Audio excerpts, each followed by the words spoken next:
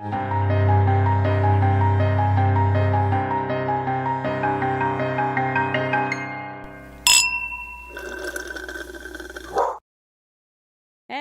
welcome to episode, 347. Welcome to Wine and Crime. Oh shit, and that's why we drink. Finally people can see our real secret. That we're just a wine and crime knockoff podcast. We did start the same week as them, which was wild. I remember being like, what the heck? We have the same setup. I do remember for a while we were like, are they going to be our rivals? And then we thought like they were going to despise us. Yeah. Worked out differently. Very I was prepared for them. I was prepared for a villain era or something, but it turns out that they're lovely people just like us. I would love a villain era. Like somebody be our villain. That's a dangerous thing to ask the world for, the universe. It depends on who it is. I'm down depending on who it is. I just love that I said to the universe, give me an enemy. Like, why? What is wrong with me? That's not what I need right now. Life's too easy. Yeah, the irony is the plot twist at the end of the movie is that you find out you're your own worst enemy. Oh, what a plot twist indeed. So relatable. So sorry, before I forget, I wrote this in my notes. This is Barrett, my moth, squishmallow that I meant to tell you about. I just wanted to say hello, him to say hello. Let me read. Okay. Well, I guess her pronouns are she, her, according to this tag. So, my bad. Let me see. Meet Barrett. This moth loves to dream and interpret dreams for others. Yesterday, she dreamt that she became a snowflake fairy princess and ruled a magical kingdom. She was about to host a snowball when suddenly she woke up. Do you have any dreams to share with Barrett? I have a dream that she leaves the screen. Hey, why are you so mean to Barrett? I really do feel like 5-year-olds come up with the storyline. I like in a good way. I already have a tattoo of her on my arm. Do you have a name for your moth on your arm? You know, I don't. I call him my little Mothman. So I think that has just stuck, you know? Oh, can I tell you, since Barrett asked me about my dreams, can I tell you something real quick? Yeah, what? So last night, I decided I was going to try to astral project. And so I was listening to a sleep hypnosis session, or like a hypnosis session as I was falling asleep. An astral projection hypnosis. Man, Google has everything nowadays. And so I was listening to this thing and I had it in both ears because it was like the binaural beats or whatever. And I had a sleep mask on and I was like, okay, I'm going to get like really into this. So I'm like doing that thing because I always thought maybe I'd be good at astral projecting because I dissociate so well from my own body and like can like leave my physical body mentally. And so I was like, oh, maybe I'll be good at this. So it's like, you know, doing the guidance and I'm like realizing I can't feel any of my body and it's like so trippy. And then all of a sudden I'm like, oh my God, who's that? And I like see somebody in my mind's eye in my head. And I'm like, it's me. Shut up, Christine. For like a split second. I was like, who's that? Like I literally saw somebody and their face and they had an eye mask on. And I'm like, who the fuck is that? And then I went, I was like, that's me. And then I like snapped out of it. And I was like, oh my God, I think it's working. I don't know if I was just like hallucinating or what. But you were tearing away from your husk. I know. And I loved this meditation because it kept saying like, don't worry, you will come back to your body. You're not going to like, you know. So I was like, okay, I feel safe in this meditation. But I really saw my own husk. I was like, I think I did. I felt like I did, but then I'm like, maybe I'm just imagining it all. You know, my logical brain. How many inches away were you from your husk? Were you probably like this kissing close or no? It was like as if they were probably 3 or 4 feet in front of me. All right, 3 or 4 feet. So now your new goal is what? 5 feet? 10 feet? The ceiling? I don't know. The ceiling. There was a scene. I really thought some ghost had entered my fucking mind. I was like, get out of here, ghost. I'm trying to see myself. Oh my God. I thought you were going to say some shit about like Harry or something was there. Oh gosh. Well. What? Okay. The other day, Blaze was like, Christine. And I was like, I know he's going to say something about a fucking ghost. I knew it. I just felt it in my bones because I've been feeling like there's more shit going on. And I don't You know if felt it's it in your because husk. I felt it in my husk, and I didn't know if, like, it was because we were, like, repairing stuff and, like, painting and moving things, but I feel like something is afoot. Or it's because I used that fucking ghost app during our after hours. I don't know Dumbest thing what you could do. happened. So stupid. But Blaze was like, "This thing keeps happening." I was like, "What?" He's like, "My glasses keep disappearing." And he's like, "But then they reappear in, like, a place where I've looked 10 times and I know where they go." And, like, he's not a careless person like I am. Like, if I lose something, I'm like, I'm sure I just accidentally threw it out the window or put it in the freezer. Like, I don't know. Like, usually it's I did something I stupid. accidentally hammered it to the wall. Yeah. I accidentally Em told me not to, so I hammered it to the wall. My bad. Now it's broken. But yeah, so he's not like that at all. And it's the last couple of weeks he's been like, "Where the hell are my glasses?" Like they just keep disappearing. And then they will like reappear on his pillow or something. And he's like, "Did you Ew. find them?" And I'm like, "No, I didn't put them there." So I don't know. It's very weird. And he said, "Maybe there's a ghost." And he said it. And I was like, "Haha." And then I was like, he's starting to believe it. I feel it. And he's going to It's listen to this happening. and be It's like, happening. Oh "It's my god, happening. it's This is not a drill. Everybody stay calm." happening. Anyway, so I'm just saying, I feel like Blaze has noticed it as well. And then the other day he came in and he was like, "Did you turn my lights on in my office upstairs?" And I was like, "No, you left them on." He's like, "Oh, okay." I was like, "He's getting He's scared. I getting feel freaked it. out. I Oh god. know. He's gonna hate this episode." Anyway, I'm sorry for my for commandeering, but so No, that's no, my no. ghosty updates. How are you doing, Em? I'm good. I have my glasses are on my face. No, good. Um, For which by the now. way, if a like I how badly does he need his glasses? Very. He was like Like that's fucked up. genuinely upset. And like he doesn't have like I have like multiple pairs of glass or I No, did. I have the one. Exactly. He's like that where he's like, I need to see. Like I can't drive a car. I can't. No, And I can't so either. I can't yeah, he gets see like further than like really 5 inches from my face if I don't and have that's why them. it's so weird because like he doesn't lose his glasses. Like I always lost my glasses, but he does not lose his glasses because he needs them every second of the day. And so he'll like take a shower and come out and be like, "My glasses are gone." Mhm. It's so weird, and it's happened only the last couple of weeks multiple times. So, I don't know. Um, yeah, I was gonna say like it's a silly little prank until it's like a necessity. I mean, A like, road hazard, oh yeah, yeah, and a like you have a crime. His yeah. driver's license says he needs lenses. I mean, isn't it wild that before glasses and contacts existed, if you had bad eyesight, you just had a You disability that just was had not it. taken care of, like, Yes, 100%. It's and like I mean, if a ghost were here, and if there is a ghost here and you're listening, they're invited to take almost anything else but my fucking glasses. that's how Like, Blaze is. He was like, "This is debilitating. Like I can't which lose these." I mean, also like if you're listening, ghost, please don't take my I was proprietol. gonna Like, say, there's a lot of things I would there's a add to lot the of list. things that my body doesn't need. You maybe can have, but nothing else.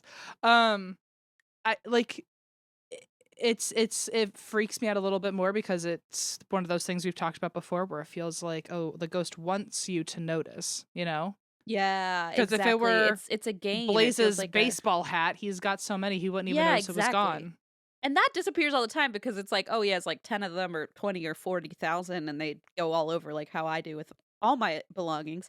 But the glasses, man, that's like with you, like they do not leave his face, Yeah. unless he's in the shower. And if they just poof vanish for like one day it was like 2 days later and they just reappeared on his nightstand and we were all like, 2 what the days later, I would fuck? have bought a whole new fucking set of glasses at So that he point. had like he found a backup pair that like fall off his face and stuff. But it's happening so often now. This is not a joke. He's gonna kill me for even talking about this at all. But on Amazon, I checked our Amazon orders to like see when something was coming, and he had bought like rubber tips for the back of the like backup Oh, glasses because he's a he's like, little if I have to nerd. keep wearing these, they fall off my fucking face because they're like his backup glasses. He's like, I clearly this has become such a problem that he needed a solution to keep them comfortable on his head. It's been a Hmm. very weird couple weeks in this house. Hmm. I don't know. I don't know. Well, I have my glasses. Good. What else is going on? I don't know. Uh, Hmm. I think everything's fine Oh, currently. good.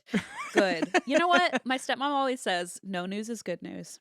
Yeah, I guess that's what's going on. I mean, I also haven't really left the house all that much, so I haven't like given the world a chance to like That's really do a probably for the number on me. best. Yeah, that's probably for the best. I do feel a little stressed in general about like Allison's still gone, and so the place is getting progressively worse. Oh, It's yeah.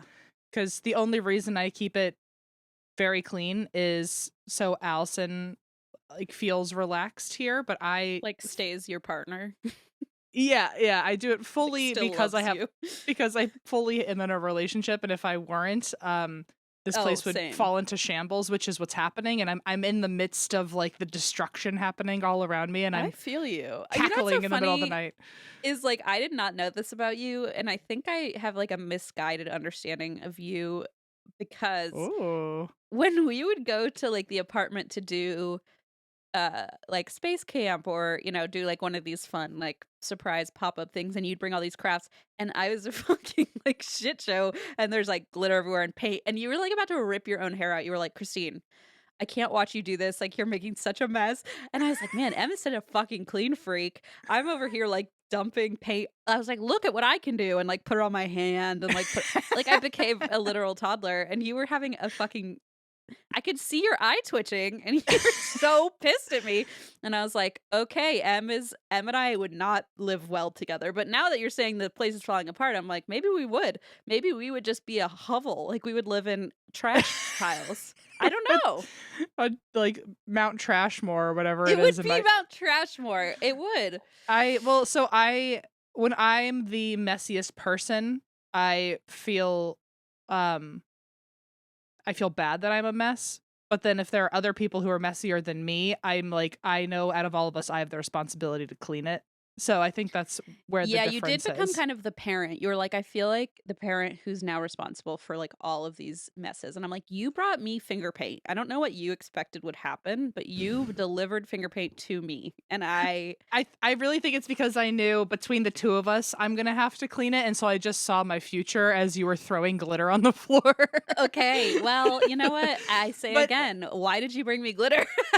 it's my own I guess fault. I think you never did it again. So part of me likes it. I guess I at know that you're least like a sucker for it. You're like, you know what? I I want to also pull my think hair out. I was in I was still in the routine because Allison was in town at the time, so I think I was in the routine of keeping things You were clean. So like, I this was is not how it works. I've been told this is not what we do. well. It doesn't. It's not natural for me to be clean. So if I'm in the routine, I have the momentum going of being I see. clean. And then But I was threatening right to now, if you came over and you like sneezed glitter everywhere, I'd go whatever. Like it's like I'm getting to that point. Like every room. Like by the time when Allison gets back, she'll have no idea. Like she'll hear this, but she'll be like, "Oh, I wouldn't have even known," she'll because be it'll like, be it clean by wasn't the so time she's bad, and here. you'll be like, you'll never know. But I'm currently living in complete filth, Squalor. and like, Yeah. and not to be fair, because I don't want people like in the comments being like, "Well, this is why you have roaches." I'm very clean when it comes to food, but I'm not at all tidy. Like I'm just like my shit is just everywhere. Like My mom always said that. She's like, "Oh, we're like clean." And they are at my mom's like they're very but like just messy, like disorganized, like messy whatever by nature. I am like not clean. Like I will literally as you know leave like trash piles and there will be food and like crap. Like I will my mental illness will take over and I'll be like I don't care that there's mold all over the desk. It just doesn't matter to me. Like there would be like I just want people who are out there to be seen. Like I am a dirty, messy person when it if at my worst. Like if I'm and in a bad place. the irony is that not a goddamn roach in sight with you, but with That's me, right. like I leave my like socks out and there's roaches everywhere. So I Well, don't you even know live what in an that's about. apartment building in Los Angeles, a very urban area. I think that And has a Burbank lot. specifically has a roach problem, it seems. So Yeah, so that's gonna happen oof. no matter who lives where. I feel like that's just kind of I the forgot to environment. tell you. I'm sorry, I just started What? laughing. What? Allison and I went out to get ice cream a couple weeks ago, and we were walking on the sidewalk, and there was like there was like city roaches, like the ones that are like the size of rats. Oh, cool. And we walked past one, and Allison got so scared she pushed me into traffic. Oh, how funny, Em. I mean, there wasn't any like cars there, but like we both got so scared we didn't know what to do and tried to leave the sidewalk, and the only other place was the road, and It's like it was just a very it's anyway. I just Burbank things. just silly Burbank things, but it was no, they oh my god, they were so fast. It made ours look like the slowest little like slowest little cockroaches there ever were. This thing, like, if it had wings, it would have flown right into our eyeballs. Like, And it some was of the them do, scariest. which is just Ugh. when your nightmares become reality. Like in LA, I remember those palmetto bugs and they would just like Ugh. fly around. Anyway, Anyway, the place is a mess, so I'm already stressing about the deep clean I'm gonna have to do before Allison gets back. So that's why I drink, and I drink my little Beveragino, an LD, liquid ooh, death. me too. Love her. I'm doing the Rest in you're- Peach iced yeah. tea liquid death. Your flavored. Blech. Here's my You are so very weird, just lively still water. plain water out of it. I cannot understand it. All right, that one's done. So let's crack into another. I'm Okay. telling you, it feels like you're like trying to suddenly go back to like a merch idea or something. Like you're trying to like pitch. You're like product placement is what it feels like. You're like, well, might as well look at the camera, crack into it. And it's like, okay, we see what you're doing here. If But I were you hired, refused to lean into it for so many years that now I'm just like, I have whiplash. Like, what is going on? But okay, it's I'm only into when it. it's because for a long time I wasn't drinking out of cans, I don't No, think. but there were times you'd open a LaCroix and you'd say, let's get into it. And I would say, it's right there. And you wouldn't say it. And you were just like, it was not your identity at the time. But I guess now it now I it guess is. I guess I had some exploring to do first. Yeah, So it's okay. I understand. You always come back. yeah, yeah. Prodigal son. Okay, so let's crack into it. So Okay. I have a story for you, and I've wanted to do it for a while. We have gotten 1.5 million comments about it, which makes me nervous because I feel like I didn't find as much information as people wanted. But I think maybe we just have like an audience in this area, so they were hoping we'd cover What it. is So, it? this is Lake Lanier in Georgia. Oh, I don't know about this. So I've wanted to cover it for a while, but I wanted to make sure that I did it justice. And if you're from the area, you might know what I'm talking about. Ooh. First and foremost, Lake Lanier is a 38,000 acre man-made lake in Georgia. Oh my lord. It has almost 700 miles of shoreline. Oh, I just burped. Excuse me. Ever consummate professionals we are. From water. Okay, whatever. From not carbonated water. What is that? How old are we? We like being can't a even troll. drink water without just like falling to pieces. Oh. If you're wondering what 30 looks like, it's drinking water and then having like chest pains all day. And then your body rejecting it for some reason. So, man-made lakes are extremely common in the U.S. At my dad's house growing up, we lived on a man-made lake. Yes, we love them. This country, we love them for some reason. And I don't think a lot of people realize that even like massive lakes, like maybe their own lake, a lot of people have lived on lakes. That they're man-made. Right. Some people would have no idea. Fun fact for you: Alaska. Do you know how many natural lakes Alaska has? I have no idea. Over 3 million. Whoa! I thought it was a trick question. I was gonna say 0, and then I was like, I'm gonna sound like such a fucking idiot. So I said, I don't know.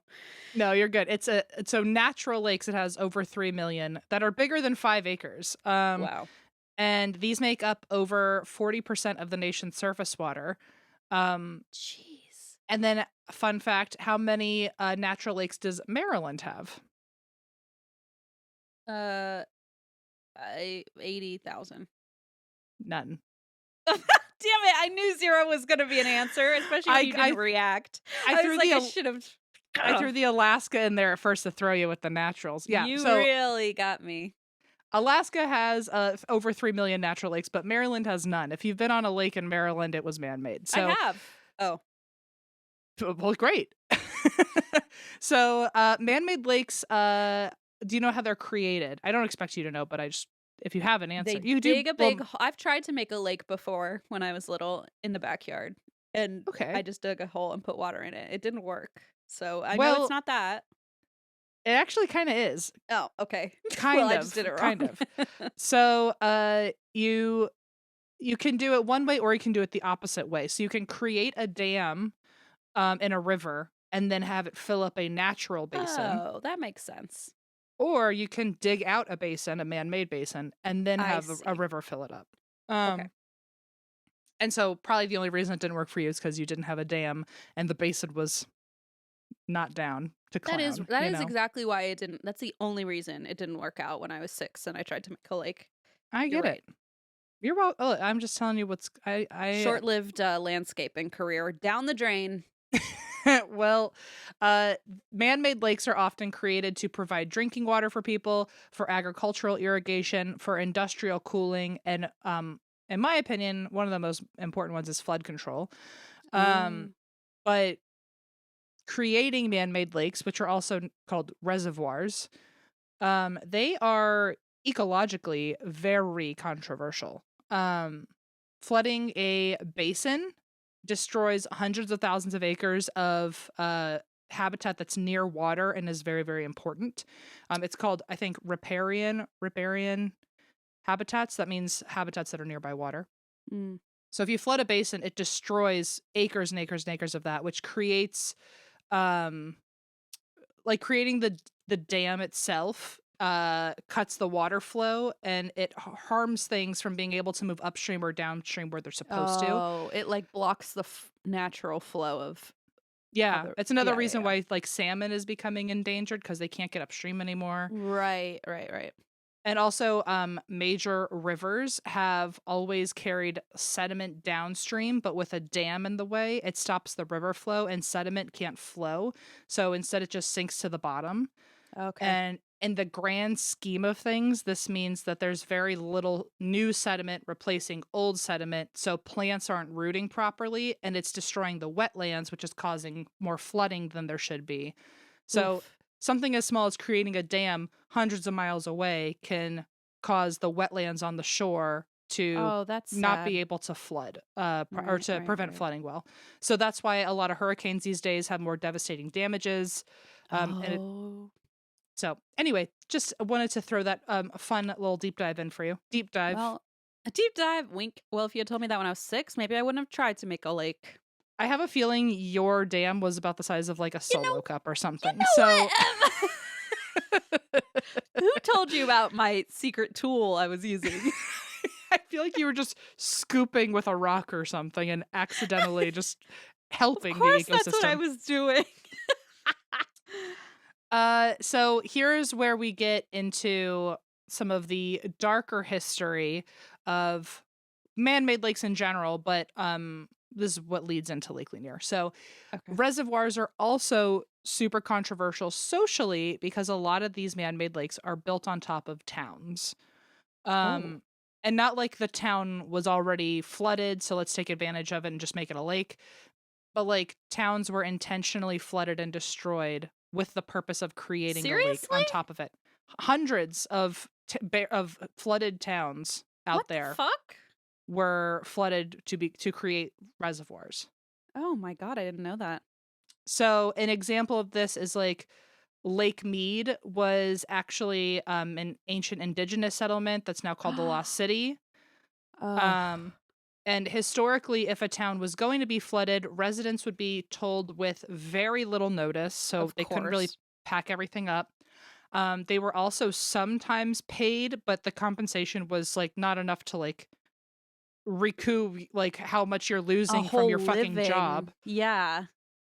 And a lot of these towns were also like farmland, so farmers were already hurting, and now you're paying them less than a farmer's wage, and they're Oh, having to, Jesus. they don't have enough time. So, I mean, I don't know what the devastation looked like, but I imagine it'd be hard for those people to get all their animals out in time and stuff like that. That's so sad.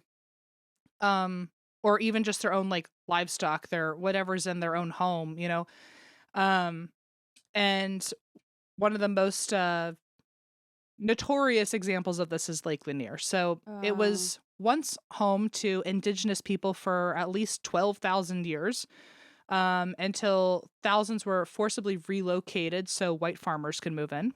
Sure. And then by the late 1800s, there were less white people, and this town had actually become Oscarville, which was a thriving community founded by free Black Americans. Oh, okay. Oh, I see where this is going. Yeah, it's nowhere good. No, we're good. Um, so it became Oscarville. It was known as a successful Black community. There were many tradespeople there, farmers there. But by 1912, during 1912, there were, I think, over 1,000 Black residents living in Oscarville. Many were landowners. It was just known as like a successful Black town. And white Southerners that lived nearby hated, of course, Black success, Black power, Black excellence. So, Dear Lord. the tipping point for white people was when an 18-year-old white woman named May Crow, she was attacked. I think she was assaulted and then beaten and ultimately murdered by 3 Black men. That was the story that came out.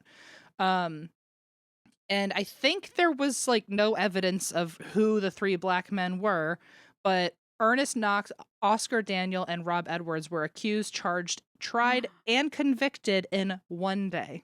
Oh, cool. Great. Awesome. 5,000 white people came out to watch their lynchings. Yeah, I'm sure this is all above board. And then, oh, and by the way, they were tried, of course, by all white juries. Well, sure. So 5,000 people came out to watch their lynchings, and then the white residents attacked the town. They came into this area, which is, by the way, in this. Did somebody do a? Sorry, I didn't mean to interrupt. Did somebody do like a movie about this? I feel like I've definitely I don't know. seen a retelling of this. Have you heard recently. of Forsyth County? Yes. Okay, oh, so that's wait, where this is. I know why. It's because I think I covered a story in Forsyth County. Isn't that where that murder took or not murder, that like mysterious death? Okay, I don't know. Never mind. I do know about this county. I think I've covered a story from there and talked about the history of it. Yeah. Okay, so Lake Lanier, or Oscarville is in Forsyth County, and that's where the story is taking place. So, the white residents of Forsyth grew much more violent after this white woman was attacked and the 3 men were lynched. They basically told all the Black people in town, "Get the fuck out! You're not wanted here." Cool. They burnt down all the Black-owned homes, businesses, churches. And eventually, within the next few years, every Black resident fled Oscarville. Sorry, I just remembered. Tamla Horsford. She was the one who was found dead after spending like doing like an adult sleepover with all of those white women. That was in Forsyth County? It was in Forsyth County, and that's why it became such like a hugely sensational case, because the woman who died under mysterious circumstances was Black. She was with all the other football moms at like a slumber party, and she was found in the backyard, and like nobody really knew what happened. And part of it was the context was this story, or like the story of the county, of the town. Yes. Yes. And how like that was kind of like a gas like waiting to be ignited by the, it was really crazy. But I do remember that. Yeah. So Horrible. my next bullet is, let's deep dive into Forsyth County. Great. Well, apparently I did already, but I don't remember, so you can tell me more. I think you'll remember as soon as I say a couple certain things, because let's see. So there are parts of Lake Lanier that are in Forsyth County, which is where Oscarville was. And at one point, it was said to be incredibly racist. It was openly a sundown town. And I guess according to your story, it's still a bit of a hotbed of racism. I'm sure there's some lovely people that live there, but this town does have quite a history. I think the history just bubbles up when it's, put in such stark contrast, like with that death. An example that you might remember of Forsyth County is that in 1987, Oprah Winfrey went to Forsyth County. You remember now? To feature it on her show. It's actually a 45-minute segment, which I did watch all of it last night and then needed to like detox afterwards. Oh, geez. Because I haven't watched it, so yikes. There's a much quicker version, like a recap on YouTube if you want to watch it. But Oprah went there because there hadn't been a black resident there in Mhm. almost 80 years, from 1912 to 1987, ever since that woman was attacked.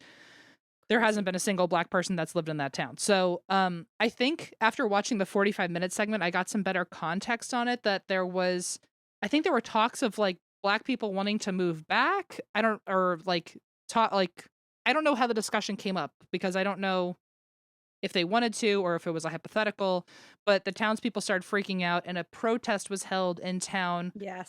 about white brotherhood, Yeah. and 20,000 something people came out to be part of this march.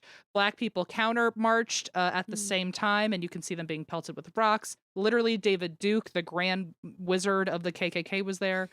Um, and the feature had clips of people just walking around in their KKK robes and chanting slurs and saying black people aren't welcome here. It was just horrendous. Yeah.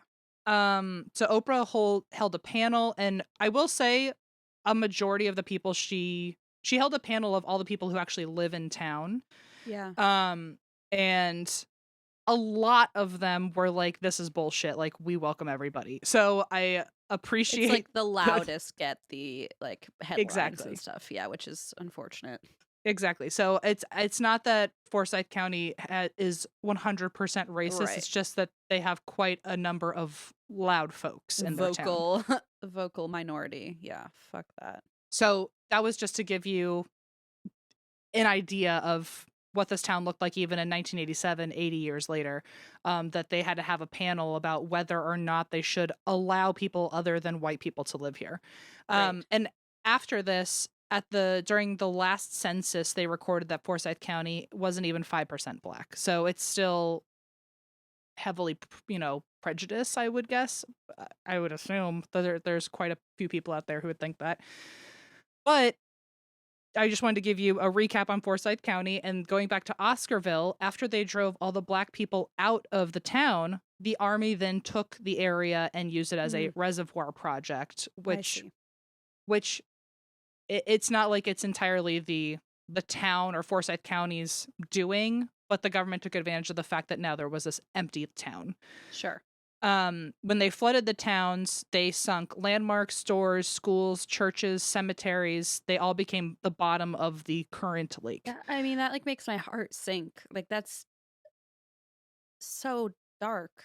Mm-hmm. Like, how could people just And be like, "Oh, it's not a big deal." I mean, you're just drowning an entire town's worth of history and culture and, like, people's homes. also, because white people drove all the black people out of the area out of fear, they really abandoned ship. It wasn't like they were there to claim and relocate family Right, graves, like, true. or Graves? I didn't even think of graves or, important documents or documents. even I was gonna say sentimental stuff. archives of, Oof. history.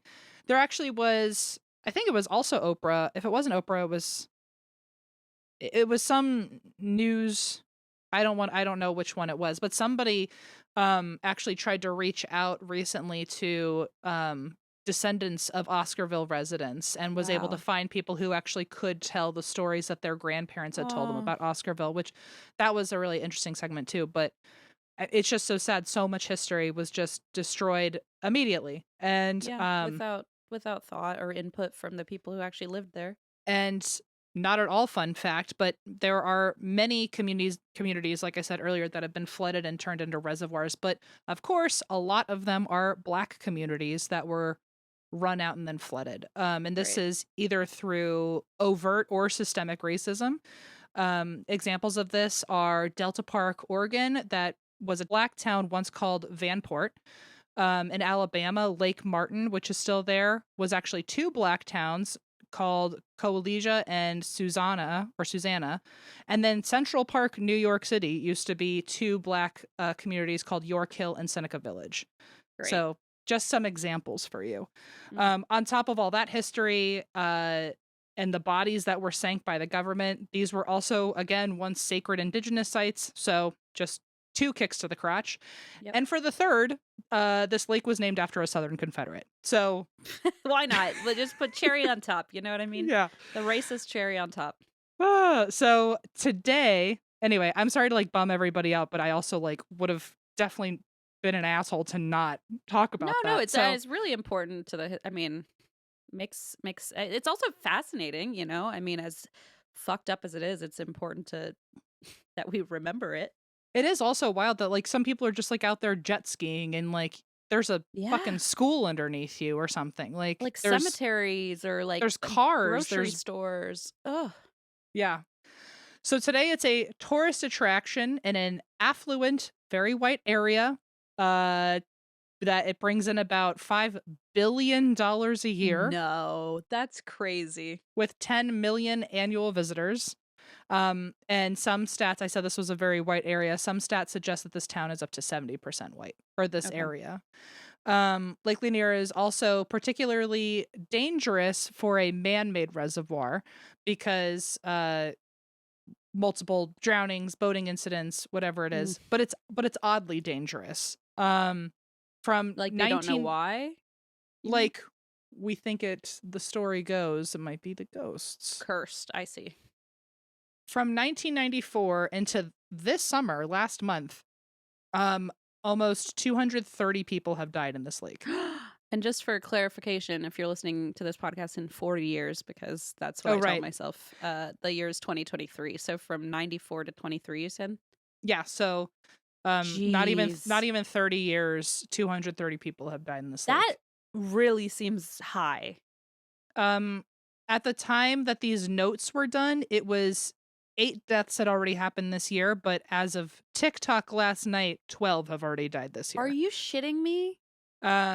And since the lake's creation, because we don't know a lot past 1994, but the assumption is since the lake's creation, there have been 700 deaths. Wow. One of the most recent deaths was 10 days ago. Our researcher Googled Lake Lanier deaths, and within the hour of researching that, there was a new death. That's like the worst Google alert you want, you know? You're like, oh, just finishing up these notes. I'll put a pin in this. And it's like, Yeah. update. Yep, still Ugh. updating. So, um, like I said, most are drownings, boating accidents. A lot of them are also electrocutions because Oh, shit. the electricity in the boats being released into the water or like the power box on the docks. AKA, this is why you don't swim in marinas, because all the electricity in the water in that one That's spot. terrifying. Yeah. But many believe that the lake's history caused a curse on the lake, which threatens all who enter it. So it's just a lot of bad energy there that is radiating still, and there's a lot of eerie Mm. phenomenon. So in 1958, this is one of the bigger stories people still talk about, is that a girl named Delia and another girl named Susie, they were on the Jackson Bridge, the Jerry D. Jackson Bridge, right over the lake, when they lost control of their car in some way and crashed into the lake.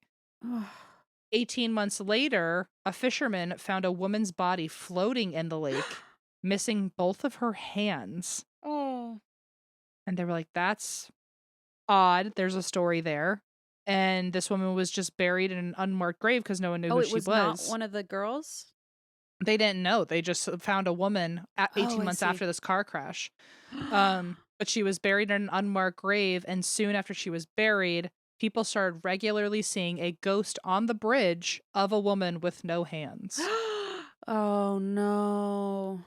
So now many people think that it could have been I her. see, I see. She has become known as the Lady of the Lake. People still see her today. And some say she's either a residual haunting of one of the women, or maybe she wants to grab you and pull you off the bridge and down into the lake. Which, like, Ooh. good luck, you don't have hands. But you can Hey, try.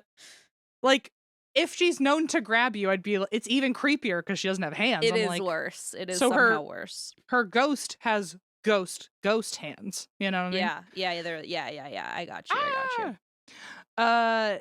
So yeah, she became known as the Lady of the Lake, and 30 years later, by the way, the bridge was undergoing construction, and the crew found the woman's car in the lake, and Susie's remains were found in the car underneath the bridge. So I don't know if she didn't have hands or not, but that could probably be really useful information.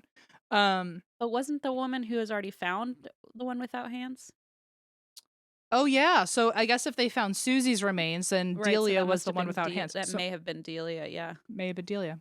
Um, Sad. Believers in the Lady of the Lake hoped that this would like put her spirit to rest, that both people had been discovered. Mm. But since this, there have been even more sightings. Really? Um, yeah. So it's interesting because they did like whatever they could for a proper burial. They found remains and Weird.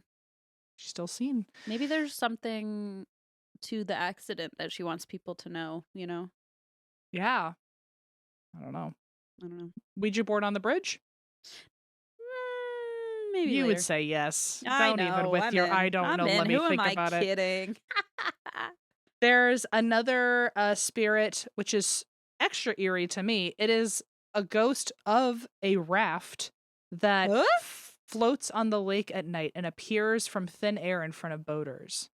Just a Is random it raft will like just hop bump into your aboard? boat. Yeah, I don't know. Like, Is I it? don't know. Is it trying to lure you into the water? That's creepy. So a lot of boaters have claimed to also see a shadow figure nearby Ugh. pushing the raft along with a pole.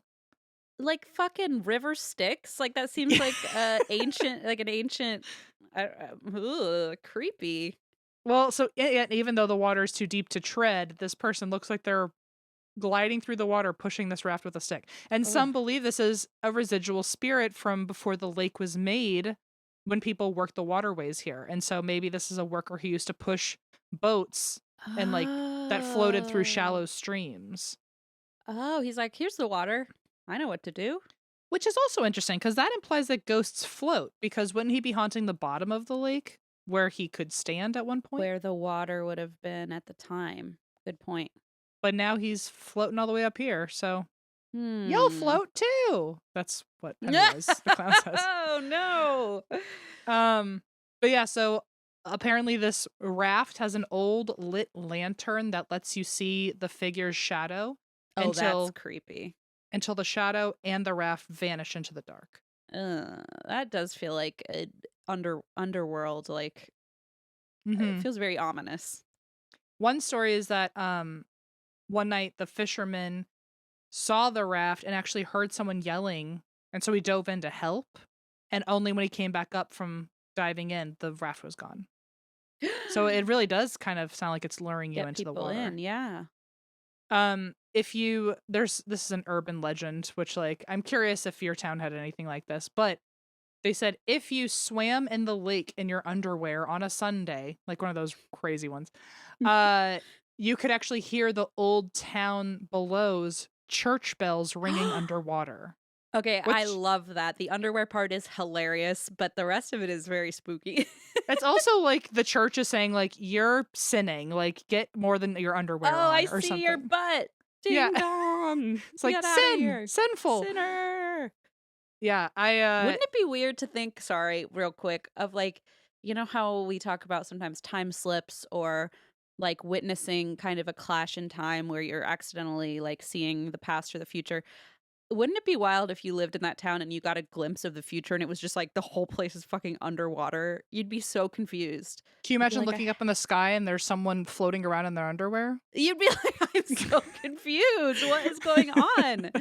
No, but Oh, it is really wild and I obviously we've talked about this a million times where I think of glitches in the yeah. multiverse or whatever it is. I can't imagine getting a glimpse of everything like underwater or like what would that mean for you? Can you not breathe or That like right, are you, exactly. Is that like you're there actually, or is it you're just dream like maybe a dream of it? I don't know. yeah. Oh, I can't imagine. Like it also really makes me wonder and like it's kind of dystopian in a way. But like Mm. I think about the room I'm in right now and I'm like in 100 years, Oh yeah. what's right where I'm sitting? Like is there someone else also Ooh. sitting here or is this like has nature taken over and it's just back to woods or like Is is it this the roaches have taken over? The roaches are now podcasting on your behalf. But everywhere I walk or sit down, if I'm like if I think too long about it, I'm like, what was here 100 years ago, and what's going to be here in a I hundred think about years? that constantly. I'm so glad you said that. I also think My about it my intrusive constantly. thoughts are always they're not always bad. Sometimes they're just like, do you think that whoever sat here had to wear a Victorian like corset back in 1880? You know, I'm like, I don't know, because I'm in sweatpants. Are they mad about it? I don't Well, know. Well, also, I mean, I think about it even with like I think about it sometimes in a very sweet way where I'm like, in this room at some point or on this property, like if the building went away and I floated down to the ground and, on this piece of sidewalk, like, did someone ever have like their first kiss in this space? And like, I'm just like Oh, in a I've room where something really never special happened. ever thought that. I've always thought, I bet somebody learned that their family member died in this house. I'm like, I bet something tragic happened during the war in this house, but I Well, should start flipping it. I like the positive aspect. I was gonna say the range is really wide for me because it can go there or it can go like, oh, with all the like history that's been erased, like what happened to indigenous people right where I'm standing. Well, yeah, that Like part it is it always gonna goes be bad. it can be incredibly tender or it can be really fucking horrid But even depending on back, my mood. but then you think back then too, like probably some really wonderful tender things happened before they got That's true. displaced, you know? So there's Also, think a lot about of this. Even cycles. before indigenous people, was a A dinosaur dinosaur here? fell in love with somebody. But I'm did a pretty sure. dinosaur like die from a meteor crash right where I am? Probably yes, but it's a But cycle of also, life, baby. okay, hey, all right, okay. This is what I tell myself when the intrusive thoughts start like knocking the door down. I'm like, it's just a circle of life. You're like, that's Hollywood, baby. That's That's how it Hollywood, goes. baby. So anyway, Anyway, naked underwear people in the sky on a Sunday is I can't get over that.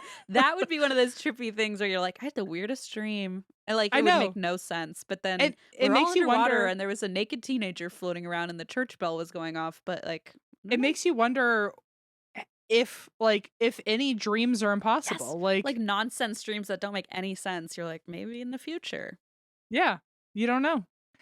Well, so we were talking about how Lake Lanier can be very dangerous to swim in, and it can also be very dangerous for divers specifically. I don't know how many people are out there diving in a lake, Stop but diving in there. this is because, and this is another kind of trippy thought, is that a lot of underwater debris that we can't see from the town floating Oh, up. of course. Like, why would they not even think of that? Like, bricks are gonna get loose, you know? I Think mean, of like someone's cookbook just smacking you in the face. Like literally, like the foundation of someone's house just decides to like pop on up. trees, underwater Trees? trees, What are you thinking? a fence, a car. Nonsense. A picket fence just poke you in the butt. This is We're so nonsense. lucky. We're so lucky that cars don't float because think of all the cars that would just come flying up, you know? Oh, just like you know when you put something underwater and then it like shoots back like one of those Oh my boogie god, yeah. boards. Oh, it would be so dangerous. Oh my god, no one could dive. No one could be in the water. So it's really dangerous from underwater debris from the town, but also currents near the dams that have been created. They are also very threatening to divers. There's like underwater whirlpools and things like that. And a lot of divers have actually said when swimming in open water, they will like run into something like head on that they something in their path that they don't know what it is. And when Ooh. they come up or when they start investigating what they ran into that they couldn't see at the time, it's a straight up apparition of a human body. What? And they think it's like they found a drowning victim, so they'll hold on to like try to help them to shore and the body will vanish out of their hands. Okay, that's a nightmare. That's a new one That's a new one. That's terrifying. to find. And does that mean like bodies of the people that used to live down there are floating up and they're or like that's the ghost of a body from down below? Yeah. Or is that the ghost One of of a the drowning victim 300 or people who've died there. Yeah. yeah. Um Ugh. so just terrible. There's also boats that have crashed hitting something in the middle of the lake, but when they go looking for what it was, there's nothing they could have collided with. Why is anybody on this lake? This sounds terrible and scary. Drownings are very odd here. Even strong swimmers will drown in incredibly shallow water, which is like kind of a universal warning of like Yeah. anyone can drown in any level of water. But apparently it happens an odd amount here. Mm. Several people who have nearly drowned have also said that they weren't drowning, but they felt someone yanking them under the water and there was no one Yeah, else like around. that is one of those childhood nightmares that everybody I think can relate to. Yeah. This led to rumors that drownings are actually caused by the ghosts of the bodies in the water who have either never been recovered or are one of the more recent bodies, that have Jeez. also died nearby. Some people have seen the spirit of a boy who drowned here wandering the shoreline, and some people even hear him yelling for help, but Oh. when they look to him, he's yelling for help while standing up in shallow water. So he doesn't actually need your help. He's just trying to lure you in. Oh, no. From the shore? Like, he wants you to Mhm. walk in? Oh, no. Yep, he just wants you to get in the water. Um, this has made people wonder if he really needs your help or if he's luring you in.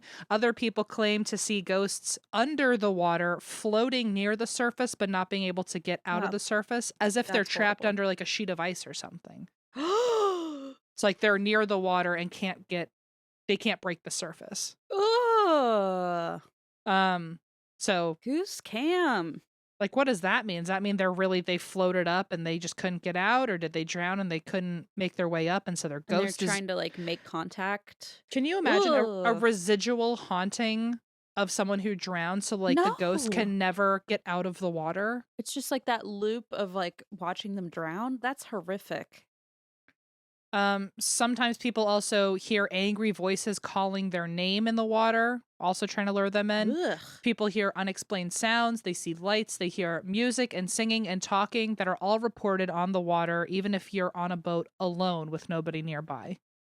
Oh. Despite the hauntings, the history, and the controversies of this man made lake and all man made lakes, people of Lake Lanier are unlikely to change anything, considering, again, their $5 billion annual profit. I was gonna say, also, I feel like this is probably such a popular spot that, like, half our listeners are like, "Don't tell me not to swim there. My family goes every," you know what I mean? I feel like Someone could I'm be like, "Why are you going in there?" And probably everybody's like, "'Cause I go there during the summertime, weirdo. It's my vacation." I don't know. somebody could be on their boat right now listening to us, and they're That's what like, I'm saying. I wonder if they saved this episode for that, and they're gonna be for like, their big "Hmm, summer trip, yeah. awkward."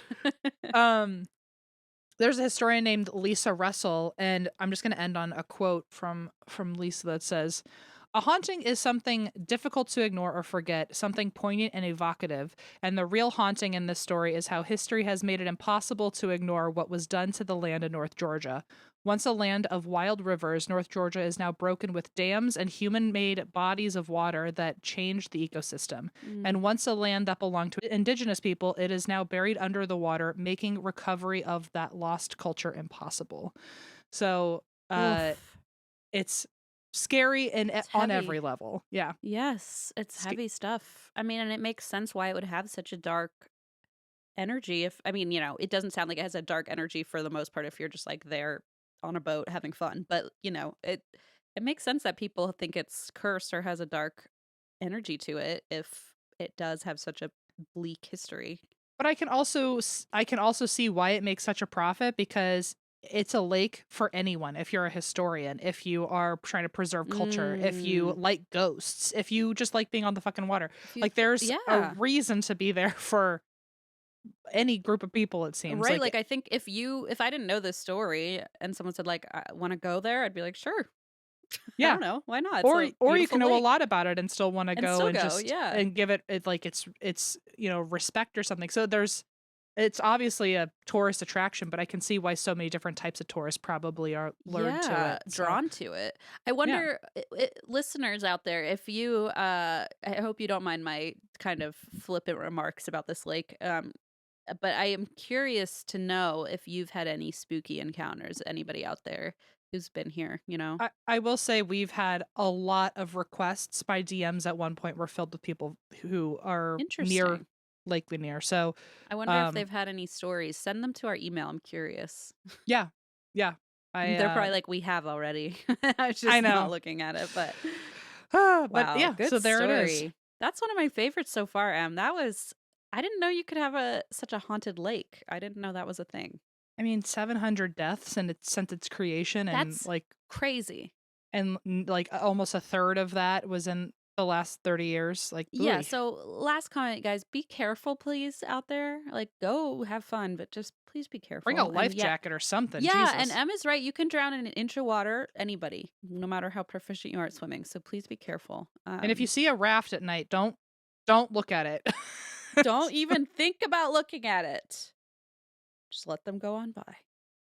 All right, I am so excited for my story today. Why? I'm covering a cowboy. Oh my god. Well, here we go, folks. Everyone, you can leave. It's Christine's time alone with her cowboy. I'm Uh having a moment with Billy the Kid. if is it, wait, really? Is it the Billy? Billy the Kid. Oh man. Okay. So for Ooh! anyone who for some reason decided to join listening to the podcast for the first time ever, and this is your first episode with us, Christine has quite an interest in cowboys. What And is it? Like, but usually it's cowboy ghosts. Like, it's not even just like cowboys. But after thinking about it for quite a while and like really trying to dig into it, I think it's like also like like Wild West. Blaze, if you're listening, be a cowboy for Halloween. It's like not that hard, especially in It's Kentucky. not that Just figure it hard. out. Just go buy some cowboy boots. Just There buy is some something. stirrups and you know, and a There's hat. something like so endearing and intriguing. Like, I don't know if I like in a past life lived in the old west or something, but there's something like so um just like I'm enamored by Wild West stuff. I don't know. And You weirdly, it actually occurred to me, I was thinking about it a few weeks ago. That's how often I think about the Wild West. Um like entirely abnormally often. But I had this flash where I remember being a kid and we were driving mean Billy through the Kid? I'm good sorry. one. I was driving through like the desert out by Death Valley with my mom and brother on a trip, and I remember her like getting really teary-eyed and she cried like the whole time and she just kept saying, "I've been here before." And Mm. she grew up in Germany, obsessed with like spaghetti westerns, all Wild West stuff, obsessed like to a scary degree. Was everything cowboy, everything Wild West, all of that old Western stuff. And so when she went, she started crying and she was like, "I've been here before. I've lived here before." And like Mhm. she doesn't say that very often I've had that ever. before, but before I move on, you were having a tender moment, so I could not interrupt. But what on God's green earth is a spaghetti western? What? What do you mean what is a spaghetti western? What are you talking about? Like an Italian western? Are you Like, serious? are Like a you west serious? Yes, like a western Wild West movie? Spaghetti. How is that involved? I'm I can't be the only person on earth with this question. I think you might be, maybe you're not, but I feel like Spaghetti western? Where would I I have can't learned that? Everyone's learned everywhere. that? I mean, I don't Spaghetti? know, maybe not. Are you not going to tell me what it is? I'm still It's a sitting here. movie. It's a movie. It's a Wild West movie. Oh, it's a movie. Yeah, it's a type of movie. No, I it's like a genre. I still don't understand. Hang Okay, on. okay, here. I'll read the Wikipedia. The spaghetti western is a broad subgenre of western films. Oh, okay. Well, they were produced in Europe, I guess. Oh, But okay. they were Okay. they were directed by Italians typically, so they were called like spaghetti westerns because they were like Okay. western films but made by Europeans. But I mean, it's a very very I mean, I don't know, In maybe your it's not house, that. maybe? Maybe. But like let me read some. Okay, I'm going to read list of spaghetti westerns. Did Eva respond? Does she know what it is? Eva, say no. Don't make me look like a fool. She's gonna say something very like in between. Sorry, M. Yeah, it is a pretty common term. Okay, good. I feel better now. I was like, am I If having if someone else out there didn't know what I was talking about, could someone else out there comment or tag me Okay, in I this? guess I feel so alone. I guess what I'm surprised by is that you've never heard the term. Like I feel like At a lot of all. people probably have heard it and are like, I don't really know what that is. But you really never heard it. Well, anyway, like basically Also, all those westerns are not at all like they're your cup of tea. It's not even like on my shelf. but I don't think I've ever watched one. Like I don't think it's my thing at all. Like I mean it's my mom's thing definitely. But like let me read some. The Good, the Bad, and the Ugly. oh, I I don't know. Just all those famous westerns. Django. There's a I lot. had Anyway, no idea. Okay, yeah, so my it's mind's already blown and we haven't even gotten to your story yet. Okay. okay. Well, in any case, when you were like, "I don't wanna interrupt," I was like, "What could you possibly be interrupting about?" And then you said spaghetti western. I was like, "Okay, we should probably discuss that if we're gonna But continue." imagine if I said Um, like, "Oh, I love lasagna horrors." Like, you would be like, "What the fuck is that?" Like, that's how I'm crazy it just sounded to like, me. I just it's rare that, like, I know a pop culture term or, like, a movie term especially. I don't watch movies ever. I'm, like, not a mo I'm very bad at movies, cinema, film, like, not my jam at all. So it's rare for me to know something that you don't. I feel I very off my footing is off, you know? I feel You are taken aback. superior, in No, terms no, of I'm the not, 'cause slang today. I just genuinely was, like, taken aback that, uh I don't know. Anyway, sorry. But yes, a spaghetti western is like a one of those classic old, like, cowboy films. I don't I'm with you really now. watch those. It's not even my thing to, like, watch, but I think there's a draw there for me where I'm like, I feel at home with the Old West saloon style. There's something so anyway, my theory, because 'cause I'm just going cuckoo off the wall bananas Sure. today, is that my mom and because I do think she and I have spent a lot of lifetimes together. I have a theory that at some point we were out, like, in the West somewhere, like, out in the trekking across, in Interesting. some different relationship format. So, that's my theory because it didn't I've occur to me until recently when I thought about my mom's, like, since she was, like, 5, her obsession with the Old West, living in Germany. mm, And it never really occurred to me, and then I was like, "I'm obsessed with cowboys," and then it kinda clicked, and I went, "Oh, maybe there's, like, a connection." I don't know, maybe I not, but had I had a, like, a past life regression done, and I honestly don't know You how did? Why didn't she this talk was about it? this was years and years this was before Oh, I never think we mind. were even friends. You've never Um, talked about this? 'Cause I don't really know how accurate it was, it didn't really feel Oh, right. I know what you mean, where you're like, "Am I just inventing this?" Was it like you're just felt like you were imagining it? So maybe I'm using the wrong I went to somebody who was able to tell me about my past lives. Is that not what a past life Oh, so it wasn't a regression, they just did a reading? a reading. Oh, okay. Um, and I was in Sedona, and it was, like, kind of they have a place on every corner, so I don't know how you know what I mean? I don't know how Totally. accurate it was. But the first thing they said when they saw me was that I used to be a cowboy, and I was like, "Really? I've never felt that at all." But that was, like, apparently the most powerful thing they pulled out of it was like, "Oh, you were a cowboy." And I I was feel like, like you would not get "Okay." near a horse, you'd be like, "No, thanks." I mean, I used to Um do horseback riding, remember? That's true, but you don't strike me as someone who was, like, super I yeah, into no, it. I'm not like certainly of all the people I've ever been reincarnated from, it was not Billy the Kid. Let's be clear. Like, um, I swear, it's I weird. remember when I did that Akashic record reading for you, but I still don't know if I'm making it all up, but I got that you were a blacksmith in a past That's what life. I That was always that I've always felt that way anyway. So that one makes more sense to me. okay, good. Okay, that made me feel good because that is what I always weirdly envision you as, like, old-timey blacksmith in, like, colonial. Well, it also makes a little more sense. So, like, I don't know about any other lives, so I can only talk about this one and maybe that one. But like wanting to work with my hands, and like Mhm. I've always been really connected to that like era, That like is true, that hands-on. and like I've always like even I know how like gross this is. Trust me, I wish I could just like not feel this way. But like something about like the colonial Williamsburg era, like there's something there that like I'm just always like weirdly fascinated by, and like it doesn't happen anywhere else, which that was a big blacksmith era. So I don't know, there's I that one I would believe a lot more than a cowboy. I have really no connection Interesting. to cowboys. That's so weird because yeah, and I also have no connection to cowboys, but for some reason I do. I'm like, No, "It's I so have no weird." spiritual Oh, connection. I I have see what you're no saying. I like see what even you're saying. interest in it the way you do. So Yeah, yeah. I just I don't know. And I whatever. Anyway, this is Billy the well, Kid. hey, I'm so excited. I'm so excited. I feel like you'll like this story. It's pretty crazy. I really didn't know most of it. I knew some of it, but not the depths of it. It's a wild story. So Billy the Kid. He was actually born Henry McCarty, believe it or not. Oh, Not okay. not even Billy, not even William.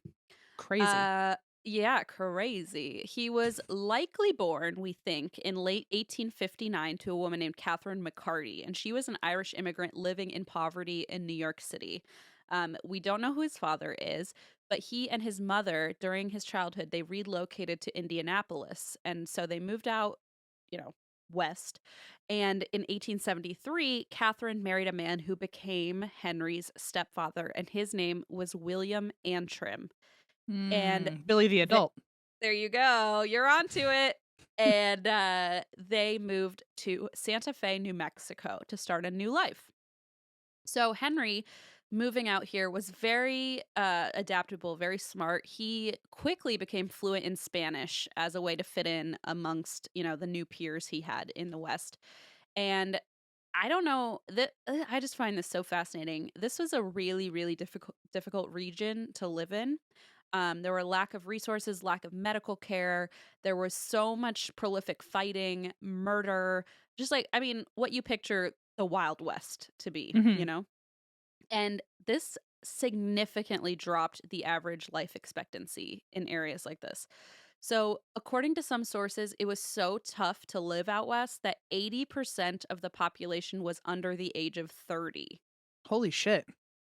80% of the population was under the age of 30. That's So how if you really were there in another life, you didn't last long, is I what know, I'm but hearing. apparently it made quite an impact Yeah, I was on gonna my say, but soul. what a thrill it must have been. What a What a great lasagna horror it must have been. what a lasagna horror indeed. You know what? That's good. You really came through with that one. So, in any case, it was a very uh tough existence to make work, especially for a family with a kid.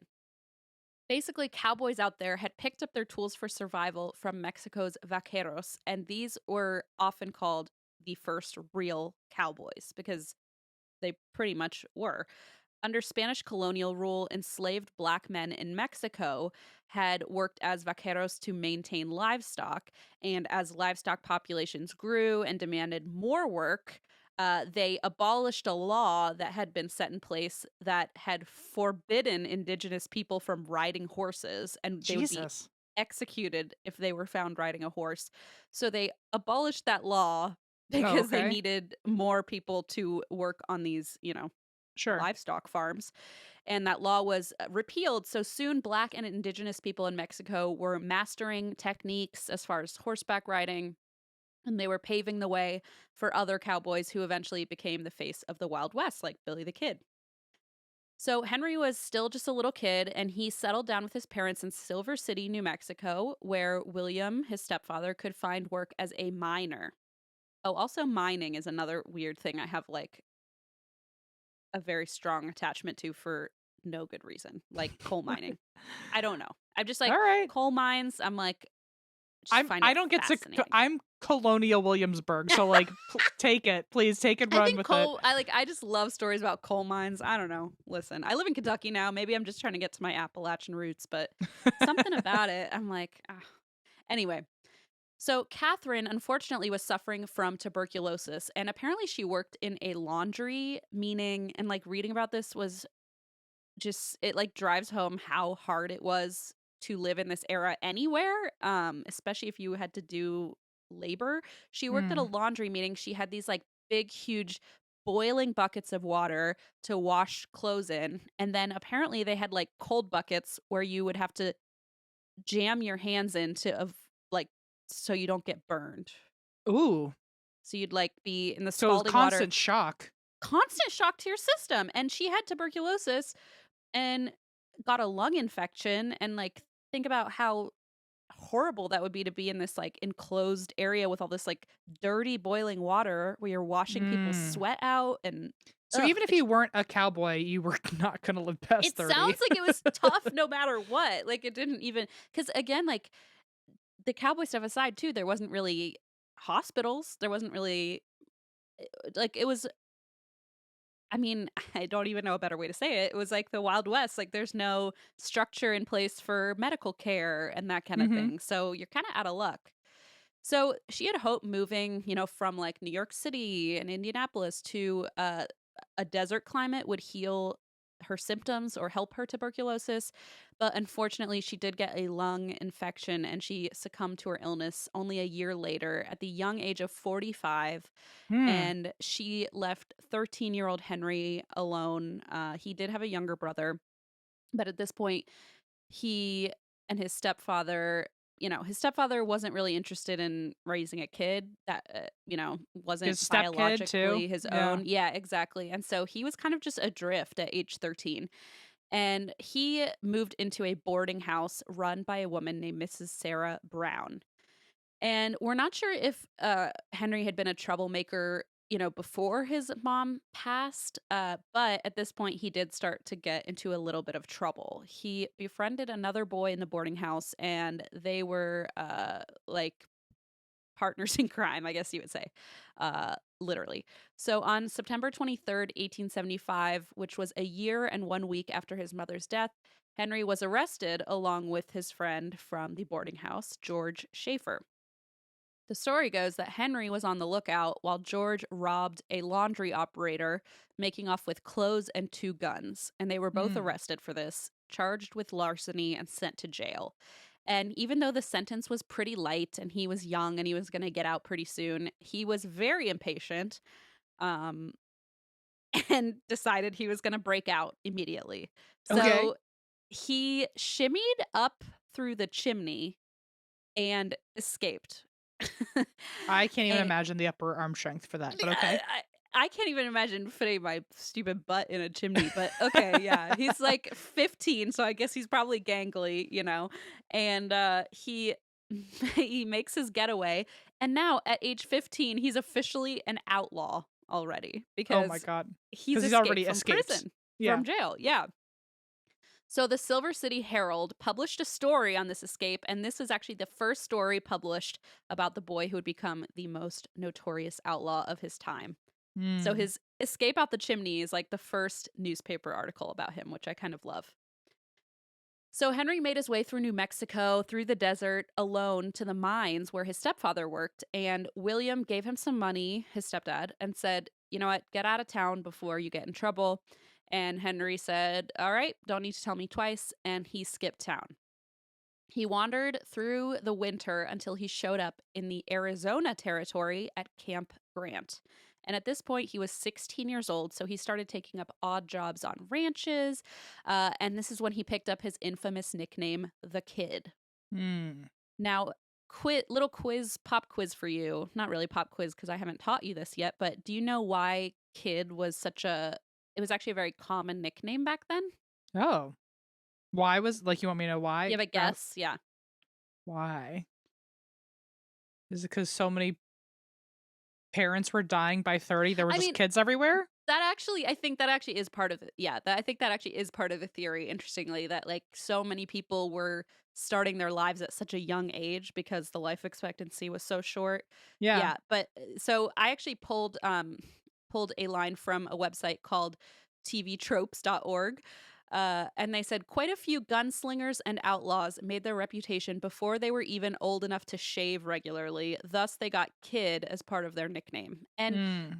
people there were so many teenagers and young people like working these ranches and then moving on and then getting replaced that people would just kind of call you like, oh, the kid. It was kids who were kind of either delinquents or were considered like, I don't know, just on their own, escaping the law, what have you. Basically, kid was what you were called if you were a young person kind of potentially in some trouble. And you think Okay. like Butch Cassidy and the Sundance Kid, there's like a lot Oh, of right. So kids. kid was mildly derogatory. It was a little bit, I think it was more just like you hooligan, like Gotcha. a young person getting some trouble, but then a lot of them kind of took that nickname on and it was like an endearing thing. So Gotcha. I They think it's kind of reclaimed it. yeah, yeah, there you go. Yeah, exactly. So Henry was just one of many kids, but eventually he would take that as like his actual, name.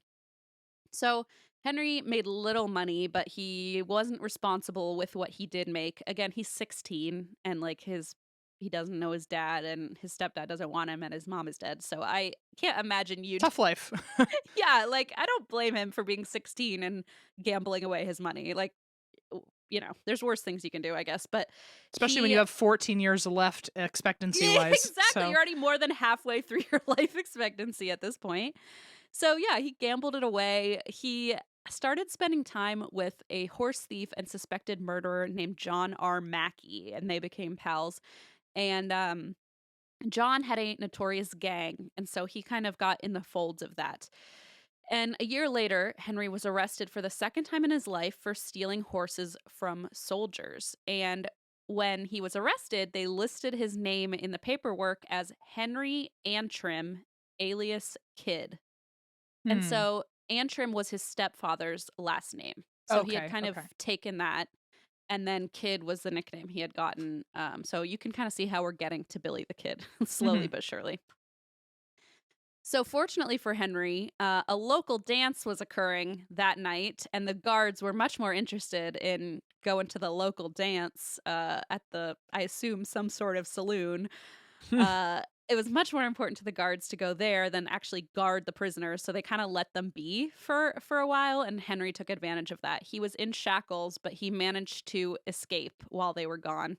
And I watched a documentary yesterday, uh, and they showed like the actual handcuffs. It was the director of the Civil War Medicine Museum, which I've always wanted to go to, and he was showing how you could escape those handcuffs back then because like, if your hands were either too big or too small, like, you could just get out of it. Huh. Like, they were so finicky that, like, they only worked, on people with very average size wrists.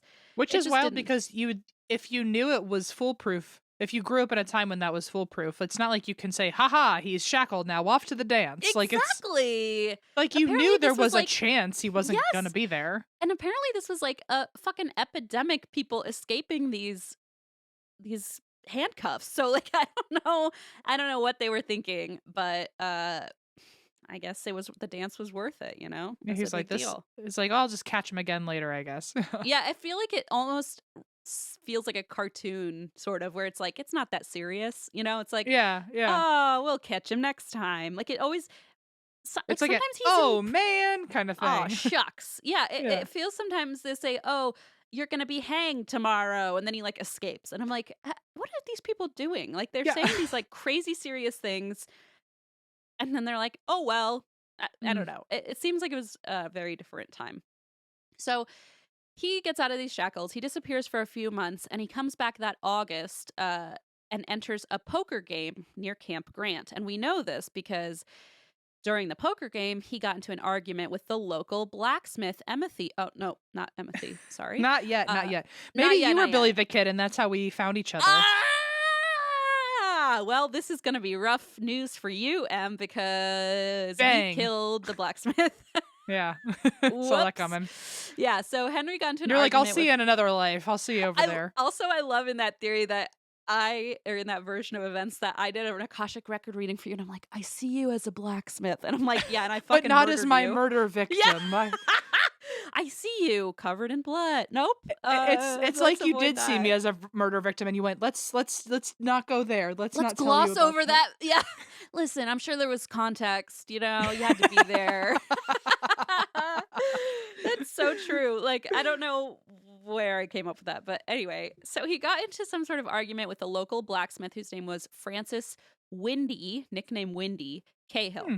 And Windy attacked Henry, so this was provoked. Okay, you Mm. started it. I know what I did.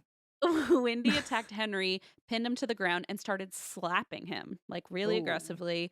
And it was sort of, at least the vibe I got from one of the documentaries I watched, is that it was almost a show of, like, haha, like, overpowering him and, like, making the other people laugh Oh, okay. in the saloon, it was sort of like to entertain people.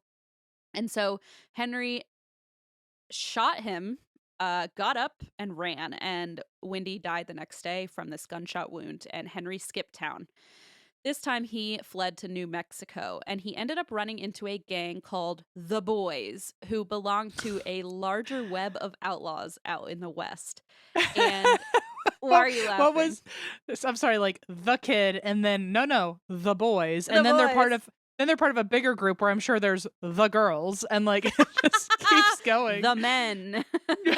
The fathers. Yeah. The teens, the preteens. There are a couple more gang names that we'll get to. And some of them I'm like, "Ooh, that's badass." And some of them I'm like, you could have brainstormed a little longer, but Yeah, yeah, okay. yeah. But yeah, the Boys, who belong to a larger web of outlaws whose name I do not know. The people. Unfortunately, yeah, the people. And so At this point, Henry dropped his stepdad's last name because he had already been arrested under that name, right? And so he took up his first name, or his stepfather's first name, assuming the alias William H. Bonney. And Bonney was his mother's last name. Oh, what an So, interesting. That's a fun yeah. game for all of us to play. What would our name be if we did father's name, our I initial, think it mother's was name? her. I think it was her maiden name. I want to make I want to be sure of that because her name was McCarty when he was born. So I don't know where he got the name Bonnie. I'm trying to remember. Might have been her first name or her middle name. Maybe I think it was either a. Oh yes, okay. So it was his mother's maiden name. All right. Okay. So he took William from his stepfather, Bonnie from his mother's maiden name, and H was his middle initial Mhm. for Henry. And that is where you get the nickname Billy the Kid. This became the nickname that stuck. Gotcha. And another thing, I'm sorry, I feel like I keep interjecting with like anecdotes and side stories, Whatever. but I just find this so fascinating. They talked about on I think it was a PBS documentary. They talked about uh how back then you wouldn't know what an outlaw looked like, right? So you Right. see like, oh, this person's wanted and this person is so dangerous, but like you wouldn't know if some random guy walks into your town, like you That's wouldn't him. know that that's Billy the Kid, the notorious outlaw. He gets And to be like, so my it name's Tyler. And it's like, exactly, you could just okay. fucking change your name and everyone's like, okay. It's like really an interesting thought because it was so expensive to create an image. And actually, that's apparently a misconception of the Wild West is that there were not that many wanted posters. Like that wasn't as Mm, common as we kind of see it in the trope of like the Wild West. And there actually was never a wanted poster for Billy the Kid. There was only interesting. yeah, and you'd think like somebody that notorious for sure there would have been, but there was only one piece in a newspaper clipping or like one newspaper clipping that said, you know, $500 reward for Billy the Kid. But it was not, spread around town as posters. And, people wouldn't have known what he looked like. There's only one photo of Billy the Kid in existence, which I will send you. And I will say, it's, as they said in the documentary, it's not the most flattering picture, but I Great. still find myself like enamored with him. I don't know. I don't know. He has a draw to him. Maybe in a past life you were like his one secret true love that he Oh, just couldn't Paulita? shake. Yep. I've already thought about that pretty extensively. I'm like, maybe I was In Paulita. your shower, like next time you take a shower with your like alone thoughts, you're just like, oh, Just imagine if I like were Paulita. daydreaming. I swear to God, I was like, maybe I was Paulita the way I'm like getting so weird about this. Like, I don't know. Or maybe I was like Paulita's like sister and I was jealous. I don't know. I feel like there's a lot of And now it's options as to Hamilton. Okay, great. Okay. Of course, I'm going to put my life into the narrative of Hamilton. Okay, so anyway, he takes up this new name. He's now Billy the Kid. Later that year, he is arrested for the third time in his life, and this time it is for possessing stolen horses. And the horses belong to a 24-year-old cattle rancher named John Tunstall. But this is where there's a little plot twist, because apparently John Tunstall really liked Henry, now Billy, and like took a liking to him and sort of took him under his wing and became his mentor. And it's kind of a romanticized part of the story, but it's seemingly true that they had a very special like fatherly son bond Hmm. because he had not known his father. His stepfather had kind of brushed him aside, and now he had somebody who was like actually taking care of him and mentoring him. And it's kind of nice. He had this guy John Tunstall as his sort of father figure. So when Billy got out of jail for stealing John's horses, John was like, ah, man, I can't stay mad at you. Come work on my ranch. So No, he you're lucky hires. you're cute. Yeah. You're lucky you're cute. That's exactly. You're lucky you have that doofy grin with your weird looking teeth. Uh, and so he let him start working on the ranch, and Billy finally got this like stable home life. Hmm. And he really liked the other ranchers, and he got along with like his compatriots on the ranch. And I'm sure they weren't called compatriots, but whatever you want to call it, his coworkers. I don't know. So he started working for John, and his title was a cowboy and gunman to protect the ranch. So he was Hmm. hired as it reminds me of like Frank Abagnale, where it's like you were the criminal, but now you know how to protect You stole Right. my horses, so now you know how to protect my horses from being Yeah. stolen by other people. So he really likes this job. He really likes this ranch. And the only hiccup in this is that John Tunstall, who owns the ranch, was caught up in this big business rivalry with two men named Jimmy Dolan and Lawrence Murphy. Their business, as we're throwing around these names, was called The House, whatever the Okay. fuck that means. Man, everything just feels like a child named them. It feels like they looked at an item and said, That's what that that's the is. name. Sorry, Yeah. can't change it." If there So isn't a horse in this story named the horse, I'm gonna lose my mind. horse, yeah, exactly. Like it's just very predictable in a way. So their business, the house, had a monopoly in Lincoln County where they lived, and they had this monopoly on dry goods and cattle. And so when this guy John Tunstall came in with his ranch and wanted to get involved, they were pissed. So he was not afraid to stand up to them and try to get his own business. And so they had this big feud, right? But back then, things were a little more loosey goosey, legally speaking, as you can probably already guess. So not only did they basically control all business in the area, they basically controlled the law because the sheriff was like in their pocket, like in cahoots with them. Mm. And so this sheriff, this corrupt sheriff, right, is like on the side of these original, like the house, like these business guys. And so Sheriff Brady would let the house and its men get away with anything, including murder. So the sheriff just turned a blind eye if, his guys did anything shady. But now that John was a competitor, he feared for his life because it's not like nowadays where you can be sued, it was Right. like you're going to be murdered. So, in the legend about Billy the Kid, like I said, his relationship with John Tunstall was very romanticized, and like John was a surrogate father to Billy, gave him a home, gave him a job, a purpose. And we do know he did give Billy a Winchester rifle, which became his favorite gun, and he used it his whole life, and gave him a horse and was his mentor. So, he felt like he had a family now, he had a future, he had a stable place to be.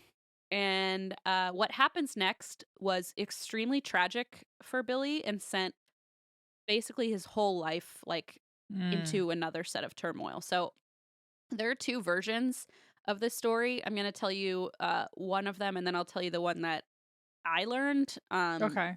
And either way, the outcome is the same. But the first version goes that in early 1878, John Tunstall set out to transport 9 horses to Lincoln, New Mexico, and left Billy and the 4 other men who worked on the ranch in charge while he was gone. Along the way, he ran into an outlaw posse who ordered John to surrender his livestock on orders from Sheriff Brady, this corrupt sheriff in Lincoln County Hmm. who hated him.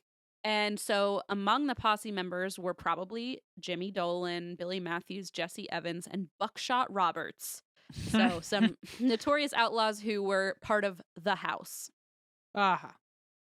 So John did not immediately surrender and instead began to approach the posse, so they shot and killed him on the spot. That's version Okay. 1.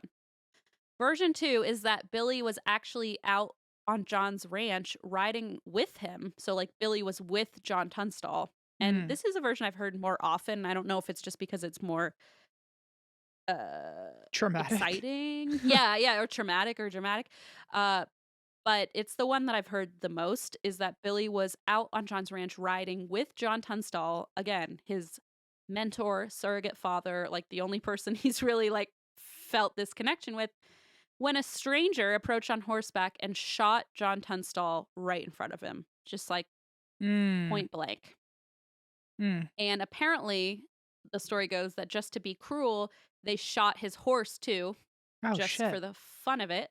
Then they staged them to look like he was napping with his horse, and he propped John's hat under the horse's head and laid them side by side like they were napping. Oh Isn't that God. fucked up?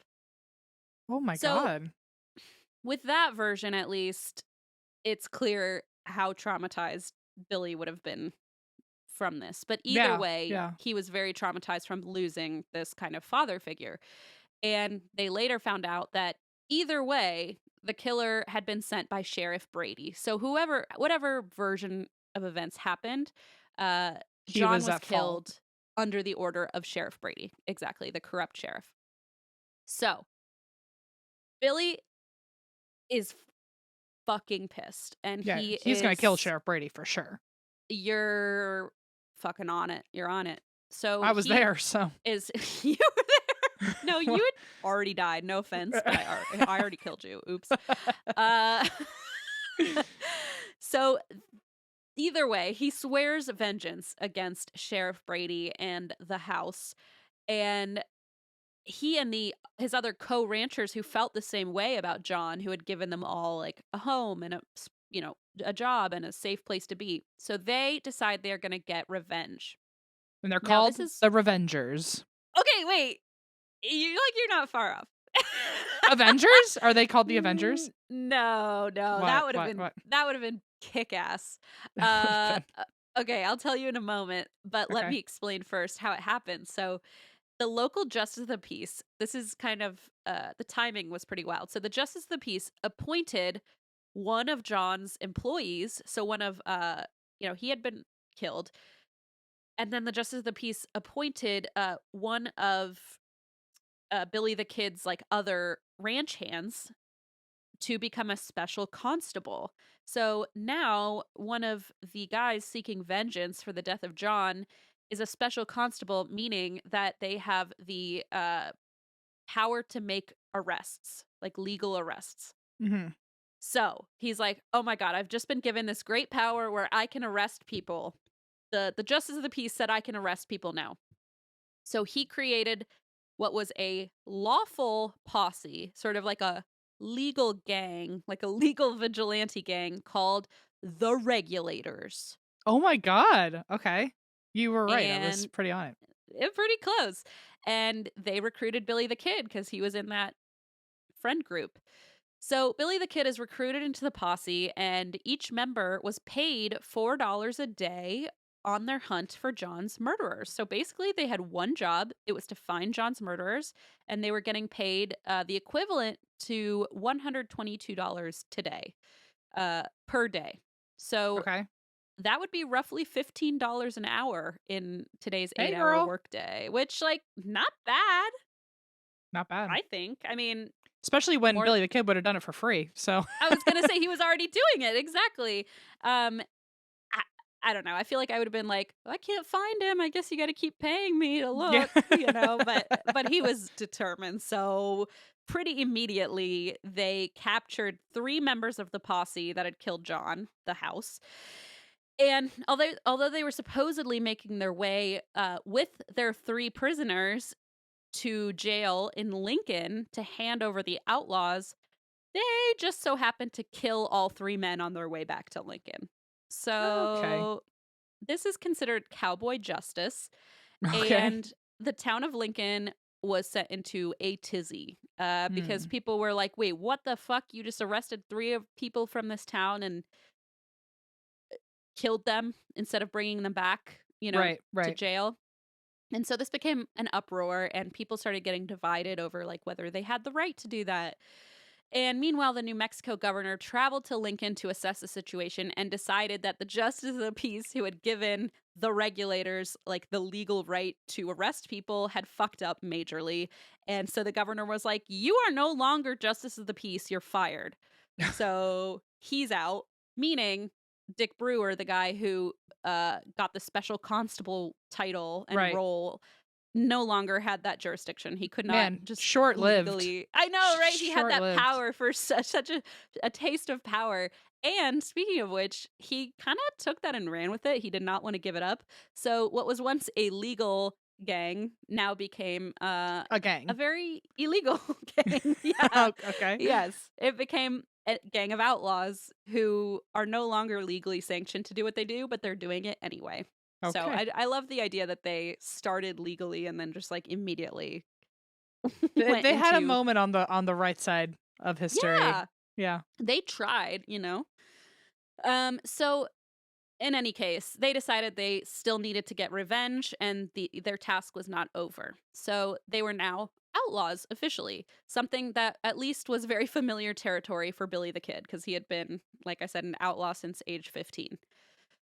So, April 1878, Billy and 5 members of the Regulators, this is the legend has it that they sought them out, but in reality, we're pretty sure they just happened to run into Sheriff Brady. Like they were out having a meal, and Just one of them stumbled said, upon him. literally, someone said, "Is that Sheriff Brady?"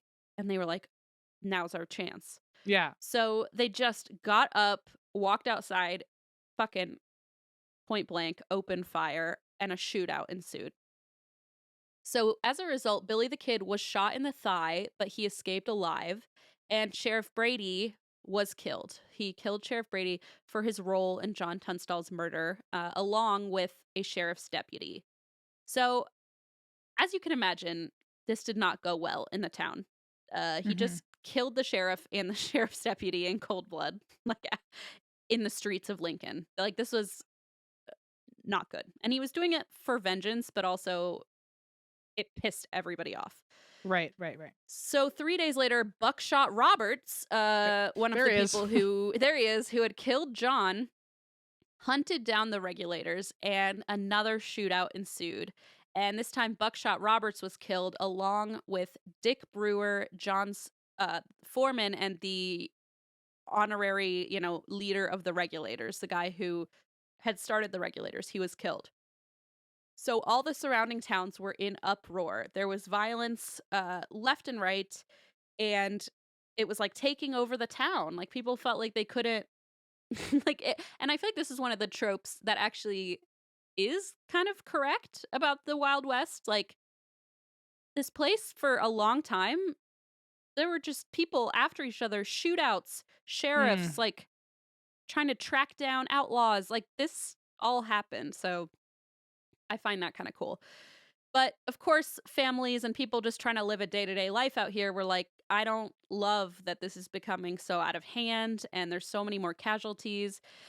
And people started taking sides. Like some people thought, oh, the law is the law. We should take the side of the sheriff. But then other people were like, no, the Regulators are just getting like revenge on some corrupt sheriff. Like I'm on their side. So people start splitting. And men on both sides were inciting the violence, so there wasn't really like one bad guy. Mhm. And both sides were committing murder, but only the Regulators were being blamed officially for anything. Of So people course. started to get a little salty about that. And soon both posses, the outlawed ones and the deputized official ones, had dozens of men in their respective ranks. Like they're just creating little mini armies. Mm. And this violence escalated for 3 months. This went on. My god. I know. Like, imagine living there and being like in hiding because you're just like, I don't want to be part of this. Like, I'm just trying to be a laundry person Yeah. and everyone's Yeah. shooting each other outside. Like, what the fuck? I feel like It you just just, get used to it. You just hear the gunshots and you're like, "Ugh, please don't hit me." And just keep not on going about your again. day. Yeah, you're like, just put the like those copper iron tubs for washing. I'd be like, okay, everybody get under your copper tub. Yeah, The and just, like, use gunshots it are as a going. traffic cone to cross the street, yeah. Yeah, yeah, you just, like, hide under it. I mean, it must be so dangerous, like, I imagine there was collateral damage when they're all just shooting each other in the streets, Mm. and it was so drastic, it escalated for 3 months in what would become known as the Lincoln County War, and this climaxed in 5 days of continuous nonstop fighting in July of 1878, and this is when 60 members of the Regulators. Remember, it started off with like 5 people. It's now 60 members of the Regulators faced off against Sheriff George Papin, so the new sheriff, Mhm. Jimmy Dolan, one of the guys who murdered John Tunstall, and roughly 40 of their supporters. Wow. So there's a face off. And on July 19th, cavalry from the Army, the United States Army, arrived to intervene. And they had these rapid fire Gatling guns, which were, top of the top at this time. And the idea, sort of like National Guard, was to keep the peace, right? And they were supposed to be neutral. But of course, they turned the gun on the Regulators and threatened to open fire. Mm. And at this point, the remaining Regulators were like, well, now we're totally outnumbered, and they fled. And only 13 remained. And of course, one of those was Billy the Kid. He was not going to flee. and he stayed up to fight, and the 13 who remained holed up in a nearby house. So they're basically surrounded in this house, and the Sheriff Pappin, does not know how to get them out. So what he does is pretty fucking cruel. He lights the house on fire. Oh my god. Yeah. He's like, I'll light it on fire. That way they'll have to come out and we can kill him. So he tries to flush them out and demand surrender. And Billy the Kid tried to make a dramatic show of his escape because he wanted to like create a diversion to let the others get away. But unfortunately, the plan didn't quite work. And Billy did get away, but most of the regulators were killed in what was later called the Big Killing. Mm. So really, really tragic day. And by September 30th of 1878, President Rutherford B. Hayes was fucking over it. Okay. He has had enough. I've never heard anything else about him in his entire life, and now he's over it in my mind. And I don't think you need to know anymore. I think I've given you enough information about him. I feel like he's like, you know what? It. Here's the one fun fact about me. I'm over it.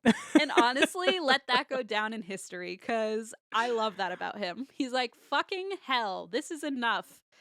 So Rutherford appointed a new governor of New Mexico and said, your job is to restore peace to the state of New Mexico. So the governor announced that everyone involved in the Lincoln County War would be pardoned for their participation, except for those who were currently under indictment for other murders, which included Billy the Kid, who had, of course, murdered Buckshot Roberts and Sheriff Brady. So he was still an outlaw. He was not pardoned as part of this. In early 1879, Billy the Kid and 4 other men rode into Lincoln to meet with Jimmy Dolan, one of the guys who had the house, who had killed Tunstall, and 4 of his men. And it was the 1-year anniversary of John Tunstall's murder. So they met and tried to come to an impasse, right? They tried to talk things out. So what they did, I mean, this is the most Wild West, like, visual ever. They meet in the middle of the road with their guns, like in the dirt road, right? I'm imagining a swinging saloon door in the background. Gotta be. There gotta be. And they shake hands and they set a pact. They say that we will stop killing each other and we will stop testifying against each other in court. If anyone violates this agreement, they will be killed on sight. Okay. So both sides said, truce. Great. We won't truce. We won't kill you. We won't testify against you. We're done. We're safe from each other. So in March, the governor received a letter from Billy the Kid. And Billy the Kid, so sweet, wrote, I have no wish to fight anymore. Indeed, I have not raised an arm since your proclamation. As to my character, I refer to any of the citizens, for the majority of them are my friends and have been helping me all they could. I am called Kid Antrim, but Antrim is my stepfather's name. Waiting for an answer, I remain your obedient servant. So he really wants out. Like, he wants out. He doesn't want to be an outlaw. He doesn't want to live like, life. I have a checkered past, but like, can we just do a redo? Yes, like checkered past, but I can explain. Also, I swear I'm a great guy. Yeah. Ask any of my buddies. Ask Polita. She loves me. Her sister does too, even though she's a little clingy.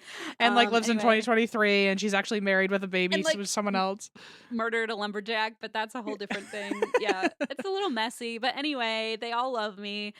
And so the governor said, all right, fine. I'll look into it. You can come testify. You can come and testify against several of the other men in exchange for amnesty. I will grant you amnesty. You will no longer be an outlaw if you testify against Jimmy Dolan.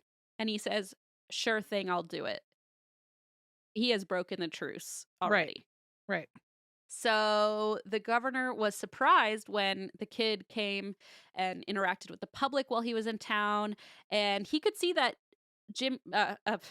Billy the Kid's letter was not an exaggeration because people were really, really drawn to him. He had like a very magnetic personality, very open, friendly guy from what sources say.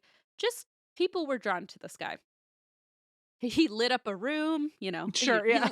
I'm sorry, he lit up a saloon, you know, Ah, yeah, yeah, yeah. sometimes with a gun, sometimes with his beautiful I was gonna personality. say So, the flash of the gun sometimes is what lit up the room, but yeah. unfortunately, sometimes lit up in a bad way. So, he really noticed people seemed to like Billy the Kid, and after the kid's testimony, the governor declared, "I will let you go scot-free with a pardon in your pockets for all of your misdeeds." So Billy's like, "Phew, no Yeah. longer wanted by the governor, no longer wanted, by the law." But ultimately, in this case that he had testified, as part of the case he had testified in, ultimately 50 men were charged with roughly 200 indictments, but almost none of them even went to trial. And despite testimonies like the one from Billy the Kid about Jimmy Dolan's and the sheriff's involvement in these crime networks, almost all the charges were dropped and most of the men were acquitted or skipped town. So now Billy knew he was Hmm. in big fucking trouble because he testified against them and now they're free. So he had basically betrayed their trust Right. and now he's in hot water. Hmm. So he realizes justice is not being served and now I'm a target. So he has to skip town again. And for the next few years, he gets up to his usual, no good gambling, drinking, shootouts with other outlaws. Uh, in one shootout, a well liked blacksmith was killed while trying to negotiate a ceasefire. And yes, May this I is a rest in peace. different blacksmith, unfortunately. And both sides blamed each other for his death. Billy outright denied having anything to do with killing this man, but nobody could come to an agreement on it. And so on December 3rd of 1880, the Las Vegas Gazette published an editorial that referred to the kid as Billy the Kid officially for the first time in Mm, writing. The paper frequently published tales of Billy the Kid's notorious exploits, often inflating the details. And you know how back then the newspaper articles sometimes were so verbose and yeah. flowery, and you were kind of like, it felt like they were kind of embellishing a little bit. Hmm. Hmm. So, whether they were embellished or not, his exploits were splashed across the pages of the papers. People were reading along, and Billy's infamy as an outlaw exploded. And this is where I had another one of those, like what you and I were literally just talking about, one of those moments where I was just going over these notes before we recorded, and I was rereading that bullet, and I thought, oh my god, the year was 1880. People in this house that I'm sitting in right now were reading about this Ooh. as it was happening. So that what a full circle from what we were talking about earlier of what was happening 100 years ago right where you're sitting. I mean, and it's so weird you brought that up because today, like a couple hours before we recorded, I was sitting here thinking, man, I wonder if a ghost could see right now what I'm reading. Yeah. If they'd be like, oh, I know that guy, you know? Yeah. It's just Yeah. so wild to me that, like, back then, or to think about, like, whatever. I could go on a tangent, but basically I'm saying it is so cool to think about like living history like, oh, this story back then in this household specifically would have been like the talk of the family, like, "Oh, have you heard about this Billy the Kid? He's causing a lot of trouble." And It's they would wild have how like followed along.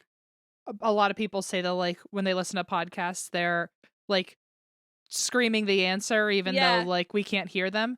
I wonder if on the other side Harry is in your on your couch right now screaming at you more details that you're butchering as like I He's was like, there, for I know. he's like, "First of all, stop wearing pants."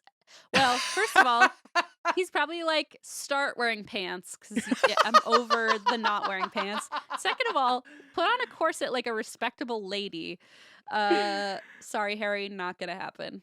Not gonna happen. But yeah, isn't that weird to think like maybe they How could funky. see my notes and be like, "Wait, I know this headline," or like a picture of the old newspaper. Anyway, I just love shit like that. Wild. It just trips me out. Ah, okay, anyway. So on December 3rd of 1880, like I said, the Las Vegas Gazette published an editorial referring to him as Billy the Kid for the first time. And this is, again, when I started thinking about people in my house, when they built it in the 1870s, like reading about this as it was happening. I just think that's so cool. So anyway, he at this point knew he was in hot water because the spotlight was on him. The whole nation is like following along. And he's like, I don't think that's good because Mm. everyone's making me out to be this like violent outlaw. So he wrote the governor a letter again, and he said, I was not involved in killing that blacksmith, but the governor did not believe him.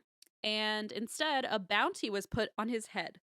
And this is that newspaper clipping I mentioned that read $500 reward. Notice is hereby given that $500 reward will be paid for the delivery of Bonnie, alias the kid, to the sheriff of Lincoln County.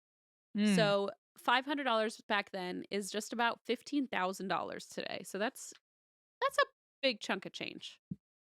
I feel, can you imagine writing a letter to the governor for help and then the response is, oh, actually, there's a public bounty for you? He's like, actually, run. Actually, fucking run because we're coming for you. It it just feels so targeted. He's like, hey, listen, man, I didn't do this. He's like, sure, okay, yeah. And then his eyes change. And he's like, we're coming. Yeah, Like, yeah. what the fuck? It's like Hear me out. So, do you think at like, I don't know what was going on in the 1880s. Obviously, I wasn't there because you killed me. But like, I wonder I'm if, so sorry, by the way, that I didn't get to let you experience the last part of the decade. I'm sorry. well, my thought is like, I don't know how possible it is to like just get on a train and just like fucking get to like New York and just like work a factory job or something and like be totally hidden and like there's no picture of you. Like, can't you Yeah, just go somewhere where there's not shootouts and a life expectancy of 30 and like just I kind of wonder. That's a hold great out? question. I think you Like, probably could, but I wonder if at this point, like, he's been living there since he was 13, and I wonder if, like, this is just what he knows and the life he had, he can't imagine, like, I guess. I don't know. I feel like uprooting to if the governor, if fucking like Gavin Newsom had a $15,000 bounty on my head, I would leave California. I would start a GoFundMe to try and protect you. So don't worry. Thank you. So I have a couple theories about that. And by I have a couple theories. People have theories that I've now learned, and one of them is that he was in love. Haha. With you. With your sister. No, Sorry. not with me, unfortunately, with Paulita. And uh some speculate he did not want to leave town because he was head over heels and he just couldn't imagine leaving her behind. Hmm. Some people speculate that this was just the life he knew and he had his friends. And another part of it is he was so young still that there's that element of like Naivete. notoriety, naivete. You feel invincible. Like you've Right. already escaped death so many times, you've already escaped jail so many times. It's sort of like I imagine at this point you sort of feel invincible, like, well, might as well keep on keeping on. Yeah, that's true. So I'm not really sure, but yeah, it would have probably been smart to just peace out, but I guess then he wouldn't have become, that famous outlaw we all know. Hmm.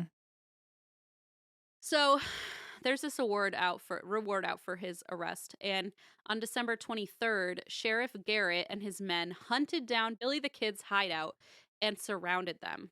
Instead of a shootout, though, they just spoke back and forth throughout the day, and they finally got Billy to surrender. And the way they got him to surrender is, which genius, and would work on you and me both, Em. They started cooking beans and bacon outside. Oh. And they were so hungry that they gave in. They said, fine, arrest us. We'll go to jail, but I'm so hungry. So, Oh. they used human need to their advantage and got them out, and they surrendered peacefully. So Billy had to say goodbye to his love, Paulita Maxwell, and went to the sheriff to Las Vegas to be imprisoned. He said in an interview with the Las Vegas Gazette, "What's the use of looking on the gloomy side of everything? The laugh's on me this time." Okay. Hey, he So owned it. All right. he really is. He's like very self aware, very, I don't know. He just has a charm about him. In April 1881, Billy the Kid was ultimately charged with the murder of Sheriff Brady. He was found guilty and sentenced to death by hanging. So, of course, the fairness of this trial was questionable, considering that the governor had previously officially pardoned Billy for that crime. So it's like he's been pardoned, but now they really want to punish him for it. Right. Uh, and the other shady part is that the court appointed Billy a lawyer who was well known for publishing negative pieces about Billy, Hmm. like in the newspaper. So even his lawyer was not on his side. So a fishy trial, if it can even be called that, but he was sentenced to death by hanging. So while awaiting his execution in jail, Billy was bored. He decided to concoct a plan to escape, Of course. of course. So there are several versions of this, and they all are relatively similar with a couple differences. One of them is that they all kind of start with him asking to use the outhouse, Hmm. and he needed to be escorted to the outhouse, right? As being a prisoner. And so getting to use the outhouse was the only time he wouldn't be shackled to the floor. Hmm. He would only have those flimsy handcuffs. Right. So he asked a guard to escort him to the bathroom, and there are multiple versions of what happened here. Either he ran ahead, grabbed a gun out of the office from upstairs, turned and shot the guard as he was following up the stairs behind him. Another version is that he wrestled the guard's gun from him Hmm. and attacked. And yet another version is that one of Billy the Kid's compatriots had left or fellow outlaws had left a gun in the outhouse hidden. And Mm. so when he left the outhouse, he had a pistol and he could Gotcha. kill the In some guard. way, he had a gun. Yes. So he acquired a gun one way or another, and he was able to escape. But the problem was there was another guard who was across the street watching 5 prisoners on the other side of the street. So the second jailer heard the commotion and came running outside to see what was going on. He then saw Billy lean out of the office second story window. He shouted, "Hello, old boy," and then shot him in the chest. Ugh. Eerie. Eerie. Some of these sources say that he used his name. I think it was, I don't know, "Hello, Bob," something like that. Mm. Uh, but I saw "Hello, old boy" in most of the research, so I went with that. He lived up to his reputation as the best marksman in the West. He was known for using the Winchester repeating rifle. It was like I mean, you've talked about it. It was the most popular gun back then. It was like revolutionary for the time because you could keep the gun facing your enemy when you reloaded it instead of having Hmm. to like take it and reload it from the top. You could reload it from the back so you could, you know, more Sure. efficiently kill people. So he was also known as an extremely talented marksman, so he could shoot people just point blank. Mm. So after shooting this other guard, he then used a pickaxe to break free of his shackles, and then he stole a horse and made his getaway. So 3 months later, Sheriff Garrett and his men followed a room who were now like on the hunt and double pissed because they've already captured him and then he escaped and killed both of their guards. So now they're extra pissed and they decide to hunt him down. And the way they do this is they follow a rumor that Paulita Maxwell was pregnant with Billy's child. Oh, shit. Okay. So guess where they go hang out for a little while? His house. At the Maxwell's house. At Paulita's house. So on July 14th, 1881, Billy the Kid, as he always did, went to Paulita's house to visit her in secret. Mm. Now, Billy was often sheltered while on the run by Hispanic households. And this was actually a huge advantage to him. And one of the reasons historians believe that he was so successful is because, unlike other, white Anglo people who had come in and treated the Hispanic population with derision, he learned fluent Spanish and befriended all the people in the area. So he was considered one of them. They took him Mhm. in, families took him in, and people really cared for him. And so he was often sheltered by Hispanic households when he was on the run. And there was a lot of cultural animosity in this part of the country during this time. It was said that Billy the Kid humbly learned most of his skills from vaqueros. And he always said, that is where he learned everything from spurs, the best spurs to wear, to horse riding technique, gunmanship, and he embraced the Spanish language, which was something that white Americans did not Unheard of at the do. time, yeah. Yes, it was. It totally was. And so he never spoke as if he were, better for being a white American. He just felt at home with them. But Paulita's family did object to her romance with Billy because he was an outlaw, which is Mhm. fair, like I That's get the a good concern. reason. That's a different thing. Yeah. There was like some concern there. But Paulita was apparently head over heels, and people had it on good authority that they were romancing one another. So unfortunately, Paulita's brother was not on board with his sister being romantically involved with Billy the Kid. So guess what? He invited Sheriff Garrett into their home that night to Ugh, wait and see if Billy would come around to see his sister.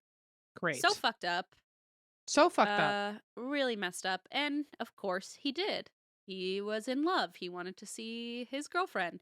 And so he approached the house and he saw a kind of silhouetted figure in the dark that he did not recognize. And this has become a famous line in the story of Billy the Kid. He What? called out, "Quién es? ¿Quién es?" because he didn't know who it was. And "Quién es" is directly translated as, "Who is that? Who is it? Mhm. Who's there?" Right. And he was essentially asking Halita's brother, like, "Who's in there with you?" Yeah. So he says, "Quién es? ¿Quién es?" And Sheriff Garrett stood up, took his chance, shot twice, and killed Billy the Kid. And that was the end of Billy the Kid. He was only 21 years old. And just like that, it wasn't in a shootout. It wasn't after his building had been set on fire and he was trying to escape. It was just he went to see his girlfriend and he was ambushed. Mm, He was killed on the spot. man. So, this news erupted internationally. Papers around the world published Billy the Kid's obituary, and at the time, Sheriff Garrett received accolades for taking down this notorious outlaw. But the truth was that Billy the Kid was far more popular and more of a folk hero than this Sheriff Garrett ever became? Right, yeah. Like, everyone was like, yeah, petty small claps for you, I guess, for Yeah, like, you did it, I guess, but thanks a lot. We were really into this whole story, and yeah. So only a year later, I mean, I will say too, like, a lot of Billy the Kid's storyline is like vigilante justice, like s- sticking up for or getting revenge for the murder of his father figure. A lot of it was very it felt Robin Hood esque. Mhm. Like Mhm. people, it felt like a folk hero almost to Sure. people. So only a year later, after he died, a novel came out about Billy's life. And when I say novel, I mean like a novel because it was pretty much embellished stories and myths about Billy the Kid's life. It was called The Authentic Life of Billy the Kid. And I feel like if any The title irony. says it's authentic, you kind of got to question it. It's like, Yeah, yeah, yeah. why are you insisting? So this book immortalized Billy the Kid and his exploits as more of a grand myth than actual true facts in the American West. But just to clarify, everything I've covered so far, as I can tell, is uh, whatever I presented Authentic. as fact is like seems to be authentic fact. Yes. Uh-huh, yeah. So more books came out, followed by TV shows, comics, and movies. And as of 2012, Billy the Kid held the record as the individual with the most films made about him in history. Wow. I had no idea about that before I learned that. And I would say a number of them are probably spaghetti westerns, just saying. Not lasagna horrors. No, probably not. If one is, someone should let me know, but I'd like You to could know. be the first, you I know? know.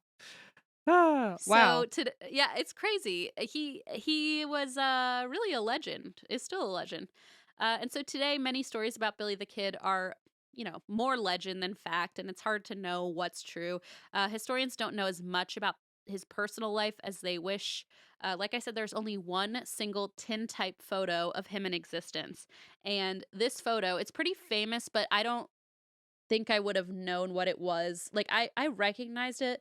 I'm gonna get it for you because I don't think I would have known what it was if you had just said who's that. But when I saw Okay. it, I was like, I've seen this photo before. So he's kind of here. I'm gonna send you a photo. Let me know what you think of my boyfriend. I'm sorry, I just heard you say my boyfriend. Okay. Oh my god, he's so cute. You are a lucky girl. Lucky, Listen, lucky you. here's the thing. We're going to put this on the Instagram. And listen, I know he's not traditionally the cutest guy, but uh, everyone has a He's bad photo, you know? And if you only have one photo ever, that Can you sucks. imagine if you only have one photo and it's a bad photo of you? And That's like he just kind of awful. blinked in it and it looks a little bit awkward and his teeth He looks don't like look he so doesn't know good. he's supposed to be posing yet. He's like waiting for his Yeah. cue. And so the type of photo this is, it's called a tintype. Uh-huh. And it's kind of those cheap it's like when photography was finally starting to pick up and it's like a cheap metal piece of tin that the photo is Mm. put onto, and they cost 25 cents Do you back think then. so he's seen this picture of himself, you think? Yes, he had that. Yeah, I know. So you didn't want to fork out another quarter and get a I redo. if Paulita were in the room, I hope she would have been like, "Let's try that again." Yeah, like I'm not putting this on our Zola website. Okay, I'm not adding that on the Zola website. You need a better photo if we're gonna get married. You know what's There's a interesting is like it looks like he's actually wearing a very lovely cardigan. oh Like his like that's oh yeah, a ribbed sweater he's wearing. it's a fisherman's sweater. Yeah, Yeah. I love the hat that looks like A dented. it's like very funky looking. I don't know. Um, Interesting. But so yeah, Hmm. that was printed on a tin type and it was 25 cents, which today is about $5. So you'd think he could have maybe shelled out $5 for a Yeah. new copy, but maybe he liked it and maybe he wasn't shallow, you know? So It's interesting. And like honestly, it's not the outfit I would have picked for an actual Wild West cowboy. Like see, isn't that interesting? a top hat instead of a cowboy hat and Oh, by the like way, cowboy hats, I think I learned this on lore, were like not really worn the way that we think they were. oh. Most people did wear like bowler hats and kind of Oh. these sort of top hat. I mean, not top hat, but that style, like a bowler hat kind of thing. Huh. Interesting. Yeah. So that's what we got on him, and this photo on tintype sold for $2.3 million in 2011 at a Like Colorado auction, his actual one that like the he original had. tintype. Yeah, Wow. which is pretty badass. Like I think that's Oof. sometimes I'm like, why would someone pay that for an object? But this is pretty cool. Like the actual photo he had taken, I think that's pretty cool. Yeah, also, like, So how do you preserve something like that to make sure it stays, you know? okay, I haven't talked about this on the podcast and I've been meaning to, but I'm so overwhelmed and I will bring it up next time. But somebody mailed me, maybe I did bring it up. Somebody mailed me like hundreds of old timey original tintypes and photographs from like the 1800s. What? I'm talking like a pile like this big to my PO box with No wonder no you have note. fucking ghosts in your house, dude. I What are you know talking about? some of That's them are not babies in those weird dresses, and I'm like, They're the Who ones taking Blaze's glasses. This isn't some Harry shit anymore, I don't I think. know, why This am I is blaming Harry? That's probably why he's pissed. He's like, "I didn't fucking do that. Who are these also people in my house?" he's like, yeah, this house I thought was like empty. Why are all these guests in here all of a There's sudden? all these like random farmers here now. Yeah, I don't know. So their name started with an L, and the only information was a return address on the package. No note, nothing. Isn't that always Just the a eeriest when people send massive you things with stack. no context? It's just like, It here you was go. crazy, and they were just like and a lot of them had like these weird stamps on the back. They all seem to be from like Ohio, Indiana area. I have to show those to you, Em, when you visit. There's several tin types in there, and it's really creepy, honestly. Uh, Interesting. yeesh. So anyway, that sold, and Billy the Kid's lover, Paulita, once said, "Oh my God, here you go," that she never liked the photo of him Good girl. Okay, that's because what's up. she said it did not do Billy justice. Yeah. So she knew. She knew. She's like, She probably mm. saw that and went, "Oh, this is the only copy, huh? This is the And I only feel like, option I have." yeah, I feel like this is such a guy thing. Like, so what? What's wrong with it? And she's like, well, I want Totally. people to see what you look like. Who cares?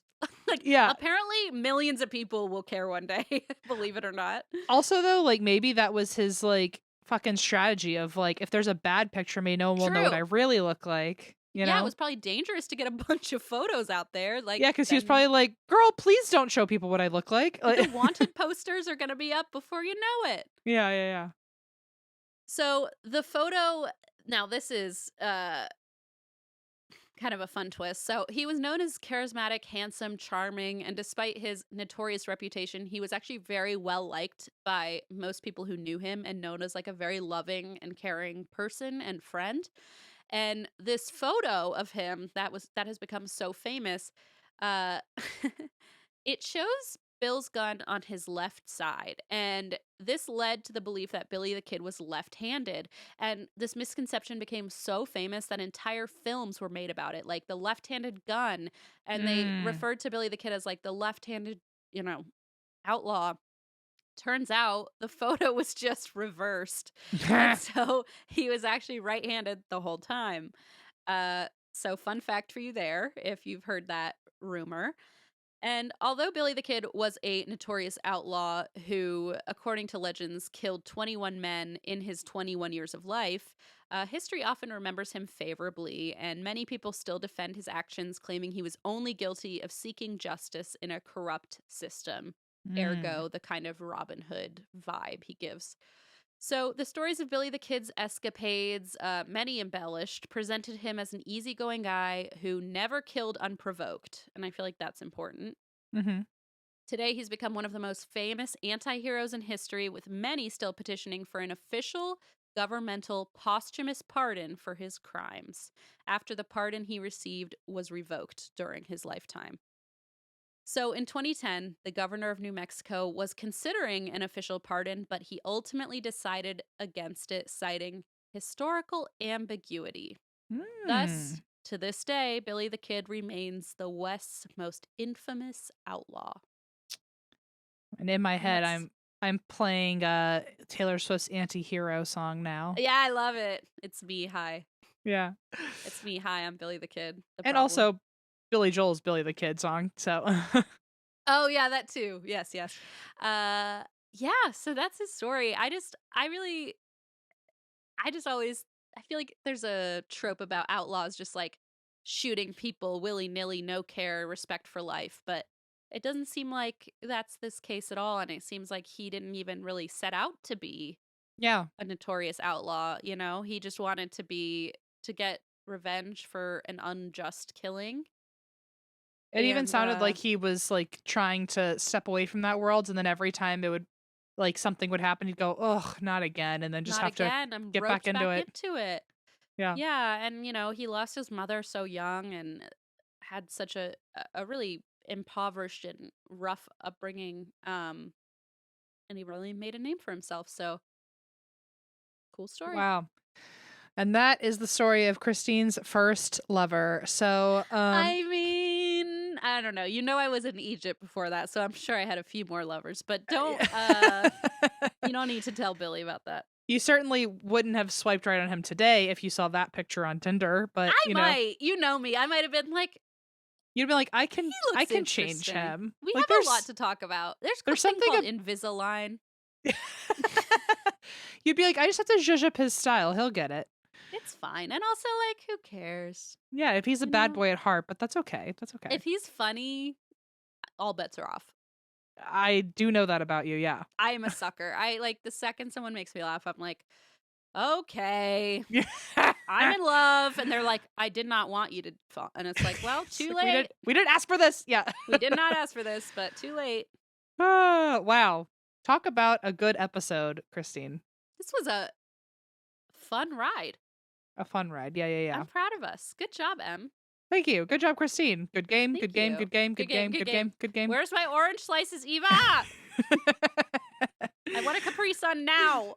We have our after hours to get back to. Oh my God. Do you remember what we're doing today? No. Do you? So in our after hours today, I'm going to be going over the current active serial killers in the US today, because I want to cover the currently active serial killers to look out for. So yes, hop good. on into Patreon if you want to hear that conversation, because I already have a bunch of bookmarks ready to go. Okay, yeah. If you want to hear Christine's real wacky deep dives, but very topical deep dives that are also life saving. So yeah, I feel like they're wacky, but they're also very scary and important. I think that's how most of our thoughts are. It's like, well, it's a little nutty until you need the information. It's like that saying everyone said for a while, like, I'm just in a silly, goofy mood when I do something like totally deranged. It's like, oh, I'm just being a little silly today and talking about all the active serial killers to avoid. Okay. Yeah, exactly. I'm also sending a picture of Paulita to the group chat so we can add her next to her love. All right. Well, as the resident bi of this show, what do you feel about Paulita? Are you I think in she's love a with both beauty. of them? I think she's a beauty. Look at, she's such a cutie pie. She is such a cutie pie. I was like, these two would have made the most beautiful love story, and I wish that they had that chance. It makes me very sad. Oh, they loved each other. That it was cut short, and the fact that she was from a Hispanic family and like he just loved her despite that. And I say despite that because there was such, it wasn't unusual for marriages to happen between the different communities, but it was still frowned upon by a lot of people on both sides. And so I thought it was just a really cool story because her family didn't approve, of course, story age as old as time, but which Christine continues to perpetuate. Yeah, I sure do. But yeah, I think they had, something really nice, and it's too bad it got cut short. Well, if you want to hear us talk about more killers, you can do that over at Patreon, and I'm sure Christine's got quite a lot to say. She might be attracted to some of them, so let's be like very careful about that. You never know. And that's why we drink.